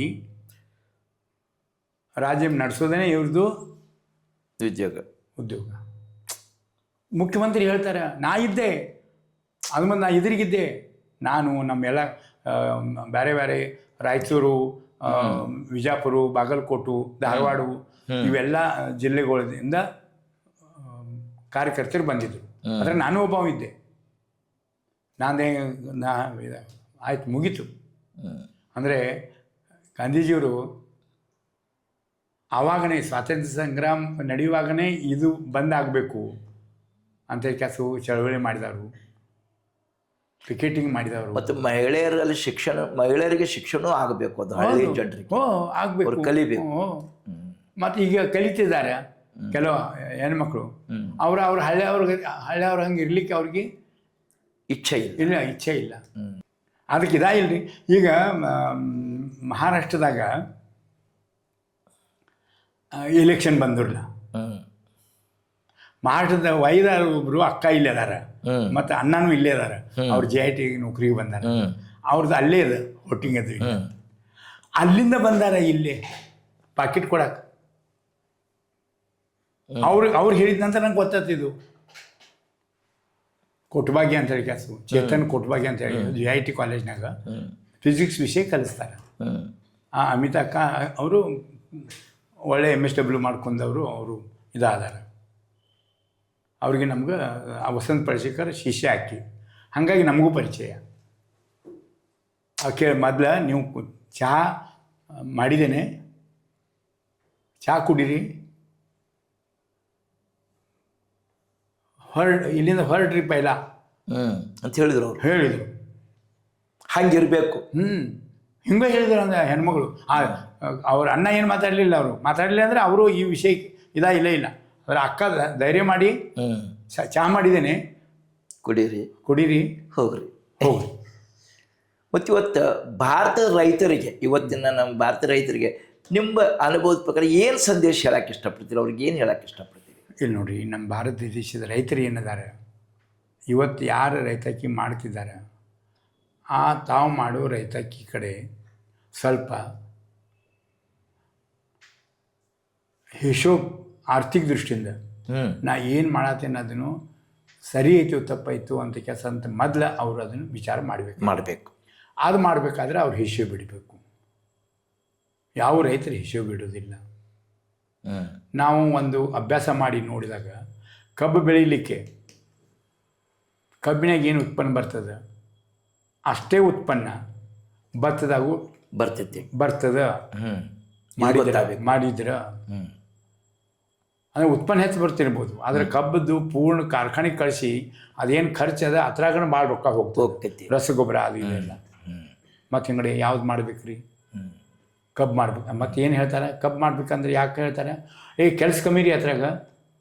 ಅಂದರೆ ಈ ಕೆಲಸ ಕಮ್ಮಿ ಅಂತ ಕೆಲಸ ನೀವು ಉಳಿದು ಬೆಳೆದಾಗ ಅಂದರೆ ನಿಮ್ಗೆ ಶಹರ ಅಡ್ಡಾಡಕ್ಕೆ ಬೇಕು, ಸೂಟ್ ಪ್ಯಾಂಟ್ ಹಾಕ್ಕೊಂಡು ಕೆಲಸ ಬೇಕಂದ್ರೆ ಬಂದು ಹಿಂಗಡಿ ನೀವೇನು ಮಾಡತ್ತೀರಿ? ಏನು ನೀವು ಹೇಳಿ ನಿಮ್ಗೆ ಇವತ್ತು ಒಟ್ಟು ರೈತಾಕಿ ಮಾಡೋರ ಪೈಕಿ 50% ಈ ಬಾಂಧಾವರ್ಷಿ ಶೇತಕರಿ. ಬದು ಮ್ಯಾಗ ನಿಂತ ಕ್ಯಾಸು, ಕಿಶೆದಾಗ ಕೈ ಹಾಕೊಂಡ್ ಕ್ಯಾಸು, ನೋಡಿ ಕ್ಯಾಸು ತಿರುಗಾಡಿ ಬರೋ ರೈತರು ಅದಾರೆ 50%. ಇದನ್ನು ಮಾಡಿ ಹಿಂಗೆ ಮಾಡಿರಿ ಹಂಗೆ ಮಾಡಿರಿ ಅಂತ ಕೆಲಸ ಅಂತ ಹೇಳಿ ಮತ್ತು ಅಲ್ಲಿ ಹೋಗಿ ಒಂದು ತಾಸು ನಿಂದಿರ್ಲಿಕ್ಕೆ ಅವ್ರಿಗೆ ಇಲ್ಲ. ಇಲ್ಲಿ ಏನೇನೋ ಇರ್ತದ್ರಲ್ಲ, ಮತ್ತು ಪ್ರತಿದಿನ ಕೆಲಸ ಇರ್ತೈತೆ ಅಂತೇನಿಲ್ಲ. ಅದು ಒಂದು ನೀವು ಸಿರೆ ಕೊಡೋರಿಗೆ ವ್ಯಸನಾದಿನ ಅಂತೇಳಿ, ಅದ್ರಕ್ಕಿಂತ ಕೆಟ್ಟ ವ್ಯಸನ ಇದು. ನಾವೊಮ್ಮೆ ಹೋಗಿ ಬೆಳಗಾವಿ ಶಹರ್ ನೋಡಿ ಬರೋ ಶಿವಾಯ ನನಗೆ ಸಮಾಧಾನನೇ ಇಲ್ಲ. ಇದಕ್ಕೆ ಏನು ಅನ್ನೋರು ನೀವು? ಏನು ಕೆಲಸ ಮಾಡಿ ಬಂದ್ರಿಪ್ಪ? ಏನು ಅದೇ ಹೇಳ್ರಿ, ಏನೂ ಕೆಲಸ ಇಲ್ಲ. ಹಿಂಗೆ ಆಗೈತೆ ನೋಡ್ರಿ ಪರಿಸ್ಥಿತಿ.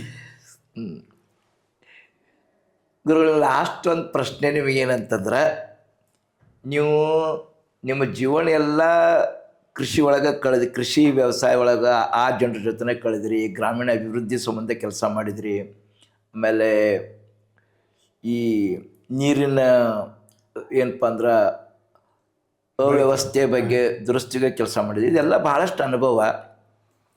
ನಿಮ್ಮ ಅನುಭವದ ಪ್ರಕಾರ ನಿಮಗೆ ನಮ್ಮ ಭಾರತದ ಪ್ರಧಾನಮಂತ್ರಿ ಮುಂದೆ ನಿಮಗೇನಾದರೂ ಮಾತನಾಡಕ್ಕೆ ಕೊಟ್ರೆ ಅಥವಾ ಅವ್ರಿಗೇನಾದರೂ ಹೇಳಕ್ಕೆ ಕೊಟ್ರೆ ಏನು ಹೇಳಲಿಕ್ಕೆ ಇಷ್ಟಪಡ್ತೀರಿ? ಅವ್ರು ಕೊಡದಿರೂ ಇವತ್ತು ನಾ ಹೇಳ್ತೇನೆ. ಅವ್ರು ಕೊಡೋದಿಲ್ಲ ನಮಗೆ. ನಾ ಏನು ಹೇಳೋದೇನಂತ ಗೊತ್ತದೆ. ನಮ್ಮ ಇವತ್ತು ಏನು ಭಾರತ ದೇಶದ ಪಂತಪ್ರಧಾನದಾರೆ ಅವರು ಇವತ್ತಿನೂ ಸಾಧಾರಣ 60-70% ಏನು ಹಳ್ಳ್ಯಾಗ ಜನರು ಇರ್ತಾರೆ ಅವ್ರ ಬಗ್ಗೆ ಅವ್ರ ಚಿಂತನೆ ಇಲ್ಲ ನನಗಂತೂ ಅನ್ನಿಸ್ತದೆ. ಅವ್ರ ಭಾಷಣದಾಗ ಕಾರ್ಪೊರೇಟ್ ಬಗ್ಗೆ ಎಷ್ಟು ಮಾತಾಡ್ತಾರೆ ಅಷ್ಟು ನಮ್ಮ ಈ ತೆಳಗಿನ ಸಮಾಜ ಬಗ್ಗೆ, ರೈತರ ಸಮಾಜ ಬಗ್ಗೆ ಮಾತಾಡ್ತಾರೆ ಅಂಥೇಳಿ ಕೆಲಸ ಅವ್ರಿಗೆ ಚಿಂತನೆ, ಅವ್ರ ಬಗ್ಗೆ ಚಿಂತನೆ ಮಾಡ್ತಾರೆ ಅಂಥೇಳಿ ನನಗೇನು ಅನಿಸೋದಿಲ್ಲ. ಚಿಂತನೆ ಮಾಡಿದ್ರೆ ಇವತ್ತು ಏನು ರೈತರು ಆತ್ಮಹತ್ಯೆ ಮಾಡ್ಕೊಳ್ತಿದ್ದಾರೆ ಅದು ಜರ ಕಡಿಮೆ ಆಗಬೇಕಾದ್ರೆ ನಮ್ಮ ಪಂಜಾಬ್ ರೈತರು, ಹರಿಯಾಣ ರೈತರು ಏನು ಒಂದು ಆಂದೋಲನ ಮಾಡಿದರು. ಅವ್ರ ಬೇಡಿಕೆ ಏನಿತ್ತು? ಯೋಗ್ಯ ಬೆಲೆ ಕೊಡ್ರಿ ನಮಗೆ. ಅಂಥದ್ದೇನು ಆ ಥರ ಗೈರ್ವ್ಯವಹಾರ ರೀ? ಆ ಥರ ಗೈರೇನೆಲ್ಲೇ ಇಲ್ಲ. ಮತ್ತು ಅದನ್ನು ಇನ್ನವನ್ನು ಅಲ್ಲದ ಒಂದು ಇದ್ದಿದ್ದು ಮೊದಲಿಂದ ಎಂಥೋ ಒಳ್ಳೆ ಈ ಭೂಮಿ ಬಗ್ಗೆ ಇದ್ದಿದ್ದು ಕಾನೂನುಗಳನ್ನ ತೆಗೆದು ಒಂದು ಹೊಸ ಕಾನೂನು ತರಲಿಕ್ಕೆ ಬಿಲ್ ತೊಗೊಂಬಂದಿದ್ದು. ಅದು ಆ ರೈತರು ಹೋರಾಟ ಮಾಡಿ ಅದನ್ನು ಪಾಸ್ ಮಾಡಿಕೊಡ್ಲಿಲ್ಲ. ಆವಾಗನೇ ಇದು ಯೋಗ್ಯ ಬೆಲೆ ಬಗ್ಗೆನೂ ಮಾಡ್ತೇನಂತ ಆಶ್ವಾಸನೆ ಕೊಟ್ಟವರು. ಇನ್ನೂ ಅದರ ಬಗ್ಗೆ ಪತ್ತೆ ಇಲ್ಲ. ಅಂದರೆ ರೈತರ ಬಗ್ಗೆ ಎಷ್ಟು ಕಾಳಜಿ ಐತಿ ನೋಡ್ರಿ. ಯಾವೇ ಪಂತಪ್ರಧಾನ ಆದ್ರೂ ಇಡೀ ದೇಶದ ಜನರು ಎಲ್ಲ ಅವ್ರಿಗೆ ಸಮಾನನೇ. ಇವತ್ತ ಮುಂಬೈ ಜೋಪಟ್ಪಟ್ಟಿಗಳನ್ನ ತೆಗೆದು ಅಲ್ಲಿ ಈ ಜಗತ್ನಾಗ ಇಷ್ಟು ರೊಕ್ಕ ಅಷ್ಟು ರೊಕ್ಕ ಇರೋರು ಅಂತ ಲಿಸ್ಟ್ನಾಗ ಏನು ಹೆಸರು ಬರತ್ತವ ಅವ್ರಿಗೆ ಕೊಟ್ಟಿದ್ದಾರೆ. ಇದು ಖರೆ ಐತೇನು ಸುಳ್ಳು ಐತಿ ಅಂದರೆ ಹೇಳ್ರಿ. ಅಲ್ಲೇನೋ ನಿರ್ಮಾಣ ಮಾಡೋರು ಅಂತ ಅಲ್ಲ, ಆ ನಿರ್ಮಾಣ ಮಾಡ್ಬೋದು ಖರೆ ಈ ಮಂದಿಯಲ್ಲಿ ಹೋಗೋದು ಅಂದರೆ ನೀವು ಏನು ಇದಾಗಬೇಕು, ಅವರು ಉಳಿಲಿ, ಅವ್ರ ಬಗ್ಗೆ ನಮಗೇನಿಲ್ಲ. ಆದರೆ ಇವರು ಹೆಂಗೆ ಉಳ್ದಾರು ಅಂತ ಕೆಲಸ ಅಂತ ಅನ್ನೋ ಬಗ್ಗೆ ಮಾಡಲಿಕ್ಕೆ ಬೇಕು. ಅವಾಗ ನಮ್ಮ ದೇಶನಾಗಿರೋರು ಎಲ್ಲರೂ ಸಣ್ಣವರು ದೊಡ್ಡವರು ಬಡವರು ಎಲ್ಲ ಧರ್ಮದವರು ಎಲ್ಲ ಜಾತಿಯವರು ಇವರೆಲ್ಲರೂ ನನ್ನ ಮುಂದೆ ಸಮಾನನ ಅಂತನ್ನೇ ಮೊದಲು ಒಂದು ಭಾವನಾನ ಮೊದಲು ತರಬೇಕು. ಯಾವ ಪಂತಪ್ರಧಾನ ನಮ್ಮದು ಇಡೀ ದೇಶದ ಶ್ರೇಷ್ಠ ಮತ್ತು ಮುಖ್ಯ ನಾಗರಿಕ ನಮ್ಮ ದೇಶದ ರಾಷ್ಟ್ರಪತಿ ಮತ್ತು ಪಂತಪ್ರಧಾನ ಅವ್ರದ್ದೇ ಹಾಕ್ಬೇಕೇನಿಲ್ಲ. ಈಗ ಮಣಿಪುರದ್ದು ಏನು ಅನ್ನೋರು ನೀವು ಸುಡ ಐತಿ, ಇನ್ನೂ ನೊಂದೇ ಇಲ್ಲ ಅದು ಬೆಂಕಿ. ಆದರೆ ಇನ್ನವರೆಗೆ ನಮ್ಮ ದೇಶದ ಪಂತಪ್ರಧಾನ ಇನ್ನವರೆಗೆ ಅಲ್ಲಿ ಹೋಗಿದಾರಂತ ಕೆಲಸ ಅಂತ ನನಗೇನು ಅನಿಸೋದಿಲ್ಲ. ಏನೋ ಒಮ್ಮೆ ಅವರು ಗೃಹ ಮಂತ್ರಿ ಹೋದ್ರಂಕೆ ಅಲ್ಲಿ ಅವ್ರನ್ನ ಇದಾಗಲಿಲ್ಲ, ಬಂದುಬಿಟ್ರು. ಹೇಳ್ರಿ, ಮತ್ತು ಇದು ಮಣಿಪುರದಾತು. ಹಂಗೆ ನಮ್ಮ ದೇಶನಾಗ ಅಲ್ಲೆಲ್ಲಿ ಸಾಕಷ್ಟು ನಡೆದದ. ಮತ್ತು ಒಬ್ಬ ಮುಖ್ಯ ಮ್ಯಾಗ ಇರುವಾಗ ಅದ್ರಾಗ ಹುಡುಕ್ಲಿಕ್ಕೆ ಒಂದು ಉಪಾಯ ಅಂದರೆ ಅದಕ್ಕೆ ಏನು ನಾವು ಸೊಲ್ಯೂಷನ್ ಕಠಿಣ ಏನ್ರಿ? ಪ್ರಯತ್ನ ಮಾಡಿದರೆ ಏನೂ ಕಠಿಣ ಅಲ್ಲ, ಸಿಗ್ತದೆ. ಆದರೆ ಯಾವಾಗ ನೀವು ಮಾಡೋ ಮನುಷ್ಯನಿಗೆ ಇಚ್ಛಾನೇ ಇರೋದಿಲ್ಲ. ಇಲ್ಲ ನಿಮ್ಗೆ ಹೆಂಗೆ ಬೇಕು ಹಂಗೆ ಆಗ್ಬೇಕಂತ ಕೆಲಸ ನೀವು ಹಠ ಪಣ ತೊಟ್ರೆ ಅದು ಹೆಂಗೆ ಆಗೋದ್ರಿ?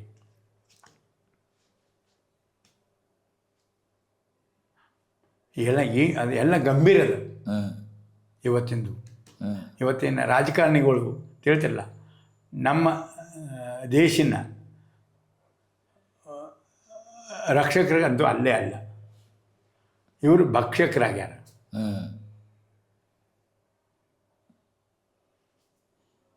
ನನಗೊಬ್ಬರು ಟಿ ವಿದವ್ರು ಕೇಳಿದರು, ನೀವು ಹೆಂಗೆ ಪ್ರಶ್ನೆ ಕೇಳಿದ್ರಲ್ಲ ಹಂಗೆ ಪ್ರಶ್ನೆ ಕೇಳಿದ್ರು ನಂಗೆ ಅವರು, ಈ ರಾಜಕಾರಣಿಯವ್ರಿಗೆ ನಿಂಗೆ ಏನು ಇದಾಗಿದೆ ಅಂತ. ನಾನಂದೆ ಯಾರು ದೇಶ ರಾಜಕಾರಣ ಮಾಡಿ ಒಳ್ಳೆ ಮಾಡೋಣ ಅಂತಿದ್ದಾರೆ, ಅವ್ರು ಮೊದಲು ಆ ರಾಜಕಾರಣ ಬಿಟ್ಟು 10 ವರ್ಷ ಹಳ್ಳಿಯಾಗ ಇರಕ್ಕೆ ಬರಲಿ, ಆ ನಂತರ ಬೇಕಾದ್ರೆ ಜನರು ಅವ್ರನ್ನ ಇದ ಮಾಡಿದ್ರೆ ಅವ್ರು ಮಾಡಲಿ ಅಂತ ಕೆಲಸ ಅಂತ ಹೇಳಿದ್ದೆ ನಾ. ಅವ್ರು ಯಾರೋ ಒಬ್ಬರು ರಂಗನಾಥ್ ಏನು ಯಾರು ಇವರು ಟಿ ವಿದಾಗ ಇದಾರಲ್ಲ, ಈಗ ಅವ್ರದ್ದು ಆವಾಜನ ಕಮ್ಮಿ ಆಗಿದೆ, ತಿಳಿತಿರಲ್ಲ ಅದು ಯಾಕೆ ಆವಾಜ್ ಕಮ್ಮಿ? ಇಷ್ಟು ಭಾಳ ಜೋರು ಇತ್ತು ಅವ್ರದ್ದು ಆವಾಜ ಅವಾಗ, ಈಗ ಅವ್ರ ಆವಾಜನ ಕಮ್ಮಿ ಆಗಿದೆ. ನಾನು ಕೇಳಿದೆ ಅವ್ರಿಗೆ,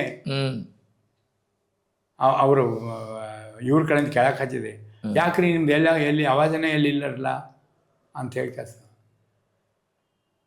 ಅಂದರೆ ಆವಾಜನು ಯಾವಾಗ ಕಮ್ಮಿ ಆಗಬೇಕು, ಯಾವಾಗ ಹೆಚ್ಚಾಗಬೇಕು ಅಂತ ಅನ್ನೋದು ಅದು ಒಂದು ಏನೋ ಬೇರೆ ಸೊಲ್ಯೂಷನ್ನ ಇರಬೇಕು. ಎಸ್, ಇವತ್ತು ನೀವು ಇಡೀ ಜೀವನವನ್ನೇ ರೈತ ಸಮುದಾಯಕ್ಕೆ ಮತ್ತು ಗ್ರಾಮೀಣ ಅಭಿವೃದ್ಧಿ ಕೆಲಸಕ್ಕೆ ಸಂಪೂರ್ಣವಾಗಿ ಅದಕ್ಕೆ ಮುಡುಪಾಗಿಟ್ಟಿದ್ದೀರಿ. ನಿಮ್ಮ ಅನೇಕ ಅನುಭವ, ನಿಮ್ಮ ಜೀವನದುದ್ದಕ್ಕೂ ನೀವು ಮಾಡಿದಂಥ ಅನುಭವಗಳನ್ನು ನಮ್ಮ ಜೊತೆ ಹಂಚ್ಕೊಂಡಿದ್ದೀರಿ, ಸೋಲು ನಲುವುಗಳು ಎಲ್ಲ ಹಂಚ್ಕೊಂಡಿದ್ದೀರಿ. ನಿಮ್ಮಂಥ ಒಬ್ಬ ಏನಪ್ಪ ಅಂತಂದರೆ ನಾ ಇವತ್ತು ನಿಮಗೆ ಹೇಳಬೇಕಂದ್ರೆ ಒಬ್ಬ ನೀವು ಕೃಷಿ ಋಷಿ ಅಂತಲೇ ಹೇಳ್ಬೋದು. ಅಂಥವ್ರು ನೀವು ನಮ್ಮದು ಕಟ್ಟೆ ಕನ್ನಡ ಪಾಡ್ಕಾಸ್ಟಿಗೆ ನೀವು ಬಂದು ಇಲ್ಲಿ ನೀವು ನಿಮ್ಮ ಅನುಭವಗಳನ್ನ ಹಂಚಿಕೊಟ್ಟಿದ್ದೀರಿ. ನಿಮಗೆ ಅನೇಕ ಧನ್ಯವಾದಗಳನ್ನು ಹೇಳ್ತೇನೆ. ನೀವು ಇವತ್ತು ನನಗೆ ಈ ಕಟ್ಟಿ ಇದಕ್ಕೆ ಕರೆದು ನನಗೆ ಸಂದರ್ಶನ ಮಾಡಲಿಕ್ಕೆ ಒಂದು ಅವಕಾಶ ಮಾಡಿಕೊಟ್ಟಿದ್ರಿ. ಹಲವಾರು ಪ್ರಶ್ನೆಗಳು ಕೇಳಿದ್ರಿ. ಆ ಎಲ್ಲ ಪ್ರಶ್ನೆಗಳದ್ದು ನಾನು ಸರಿಯಾಗಿ ಉತ್ತರ ಕೊಟ್ಟೇನೋ ಗೊತ್ತಿಲ್ಲ. ಇದ್ರಾಗ ನಾನು ಭಾಳಷ್ಟು ಭಾವನಿಕನ ಇರ್ಬೋದು. ಆ ಥರ ಏನೇ ತಪ್ಪಾದ್ರೂ ನೀವು ನನಗೆ ಕ್ಷಮಿಸಬೇಕು. ಇನ್ನೊಂದು ಕೊನೆಯದಾಗಿ ಒಂದೊಂದು ಪ್ರಶ್ನೆ ಉಳಿದಿತ್ತು ರೀ. ಅದ್ರಾಗೆ ನಿಮಗೆ 2 ಡಾಕ್ಟ್ರೇಟ್ ಪ್ರಶಸ್ತಿ ಸಿಕ್ಕವ ನಿಮ್ಮ ಸಮಾಜ ಸೇವೆಗೆ. ಅದರದ್ದು ಏನು ಹೇಳಲಿಕ್ಕೆ ಇಷ್ಟಪಡ್ತೀರಿ ಆ ಅನುಭವವನ್ನು? ಅದು ಯೂನಿವರ್ಸಿಟಿ ಒಂದು ವ್ಯವಸ್ಥೆ ಹಾಕಿಕೊಟ್ಟಾರ, ಇಷ್ಟು ಇವು ಕೊಡಬೇಕಂತೇಳಿ ಕೆಲಸ. ಅವ್ರು ಯಾರ್ಯಾರನ್ನೂ ಹುಡುಕ್ತಿರ್ತಾರೆ, ಅವಾಗ ನಾವೊಬ್ಬ ಅವ್ರಿಗೆ ಸಿಕ್ಕಿರಬೇಕು, ಇಷ್ಟೇ. ಆದರೆ ಅದನ್ನು ಕೊಡೋದ್ರಿಂದ ನನ್ನ ಸಮಾಜ ಪರಿಸ್ಥಿತಿ ಎಷ್ಟು ಬದಲಾಯ್ತು ಅಂತ ಕೆಲಸ ಅಂತ ನೀವು ಕೇಳಿದ್ರೆ ಹೇಳೋಕ್ಕಾದಷ್ಟು ಬದಲಾಗ್ಲಿಕ್ಕೆ ಶಕ್ಕಿಲ್ಲ. ಇಂಥದ್ದೆಲ್ಲ ಮಾಡೋಕ್ಕಿಂತ ತಾವು ಮಾಡೋ ಕೆಲಸ ಯೂನಿವರ್ಸಿಟಿ ಏನು ಮಾಡಬೇಕಾಗಿದೆ ಅದನ್ನೇ ಮತ್ತಷ್ಟು ಉತ್ತಮ ಮಾಡಿದ್ರೆ ಚಲೋ. ಓಕೆ, ಇವತ್ತಿನ ನಮ್ಮ ಕಟ್ಟೆ ಕನ್ನಡ ಪಾಡ್ಕಾಸ್ಟ್ ವೀಕ್ಷಕರಿಗೆ ಏನು ಹೇಳೋದು ಅಂತಂದರೆ, ನಮ್ಮ ಭಾರತ 70% ಕೃಷಿಯನ್ನು ಅವಲಂಬಿಸಿದ ರಾಷ್ಟ್ರವಾಗಿದ್ದು ಈ ಕೃಷಿಯ ಮಹತ್ವ ಮತ್ತು ಅದರಲ್ಲಿಯೇ ತಮ್ಮ ಜೀವನವನ್ನು ಮುಡುಪಾಗಿಟ್ಟು ಅವರ ಅಭಿವೃದ್ಧಿಗಾಗಿ ತಮ್ಮನ್ನು ತಾವು ತೊಡಗಿಸಿಕೊಂಡು ಕೆಲಸ ಮಾಡಿದಂಥ ಡಾಕ್ಟರ್ ಶಿವಾಜಿರಾವ್ ಕಾಗ್ನಿಕರ್ ಅವರ ಮಾತುಗಳನ್ನು ನೀವು ಕೇಳಿದ್ದೀರಿ. ನನಗೆ ಈ ಒಂದು ಪಾಡ್ಕಾಸ್ಟ್ ಮುಖಾಂತರ ನಮ್ಮ ಭಾರತದ ಪ್ರತಿಯೊಬ್ಬ ಯುವಕರಿಗೂ ಒಂದು ಒಳ್ಳೆಯ ಸಂದೇಶ ಸಿಕ್ಕಿದೆ ಅಂತ ನಾನು ತಿಳ್ಕೊಳ್ತೇನೆ. ಕೇವಲ ಶಿಕ್ಷಣ ಮುಗಿಸಿ engineering, doctor, lawyer, engineering, CA ಆದರೆ ಮತ್ತು ಇನ್ನೂ ಉನ್ನತ ಶಿಕ್ಷಣ ಪಡೆದರೆ ಸಾಲದು. ಅದರ ಜೊತೆಯಲ್ಲಿ ನಮ್ಮ ಭಾರತದ ಮೂಲ ಉದ್ಯೋಗ ಈ ಕೃಷಿಯ ಬಗ್ಗೆಯೂ ಅವರಿಗೆ ಕಾಳಜಿ ಇರಬೇಕು ಅಂತಕ್ಕಂಥ ಸಂದೇಶ ಈ ಒಂದು ಪಾಡ್ಕಾಸ್ಟ್ ಮುಖಾಂತರ ಬರ್ತಾ ಇದೆ. ಇದಕ್ಕೆ ತಮ್ಮ ಅಭಿಪ್ರಾಯಗಳನ್ನು, ತಮ್ಮ ಅನಿಸಿಕೆಗಳನ್ನು ನಮ್ಮ ಜೊತೆ ಹಂಚ್ಕೊಳ್ರಿ. ಇನ್ನೂ ನಮಗೆ ಹೆಚ್ಚಿನ ಮಾಹಿತಿಯನ್ನು ಕೊಡ್ತಕ್ಕಂಥ ಸಾಧಕರನ್ನು ನನಗೆ ಕಟ್ಟೆ ಪಾಡ್ಕಾಸ್ಟ್ಗೆ ತರಲು ಅನುಕೂಲ ಆಗ್ತದೆ.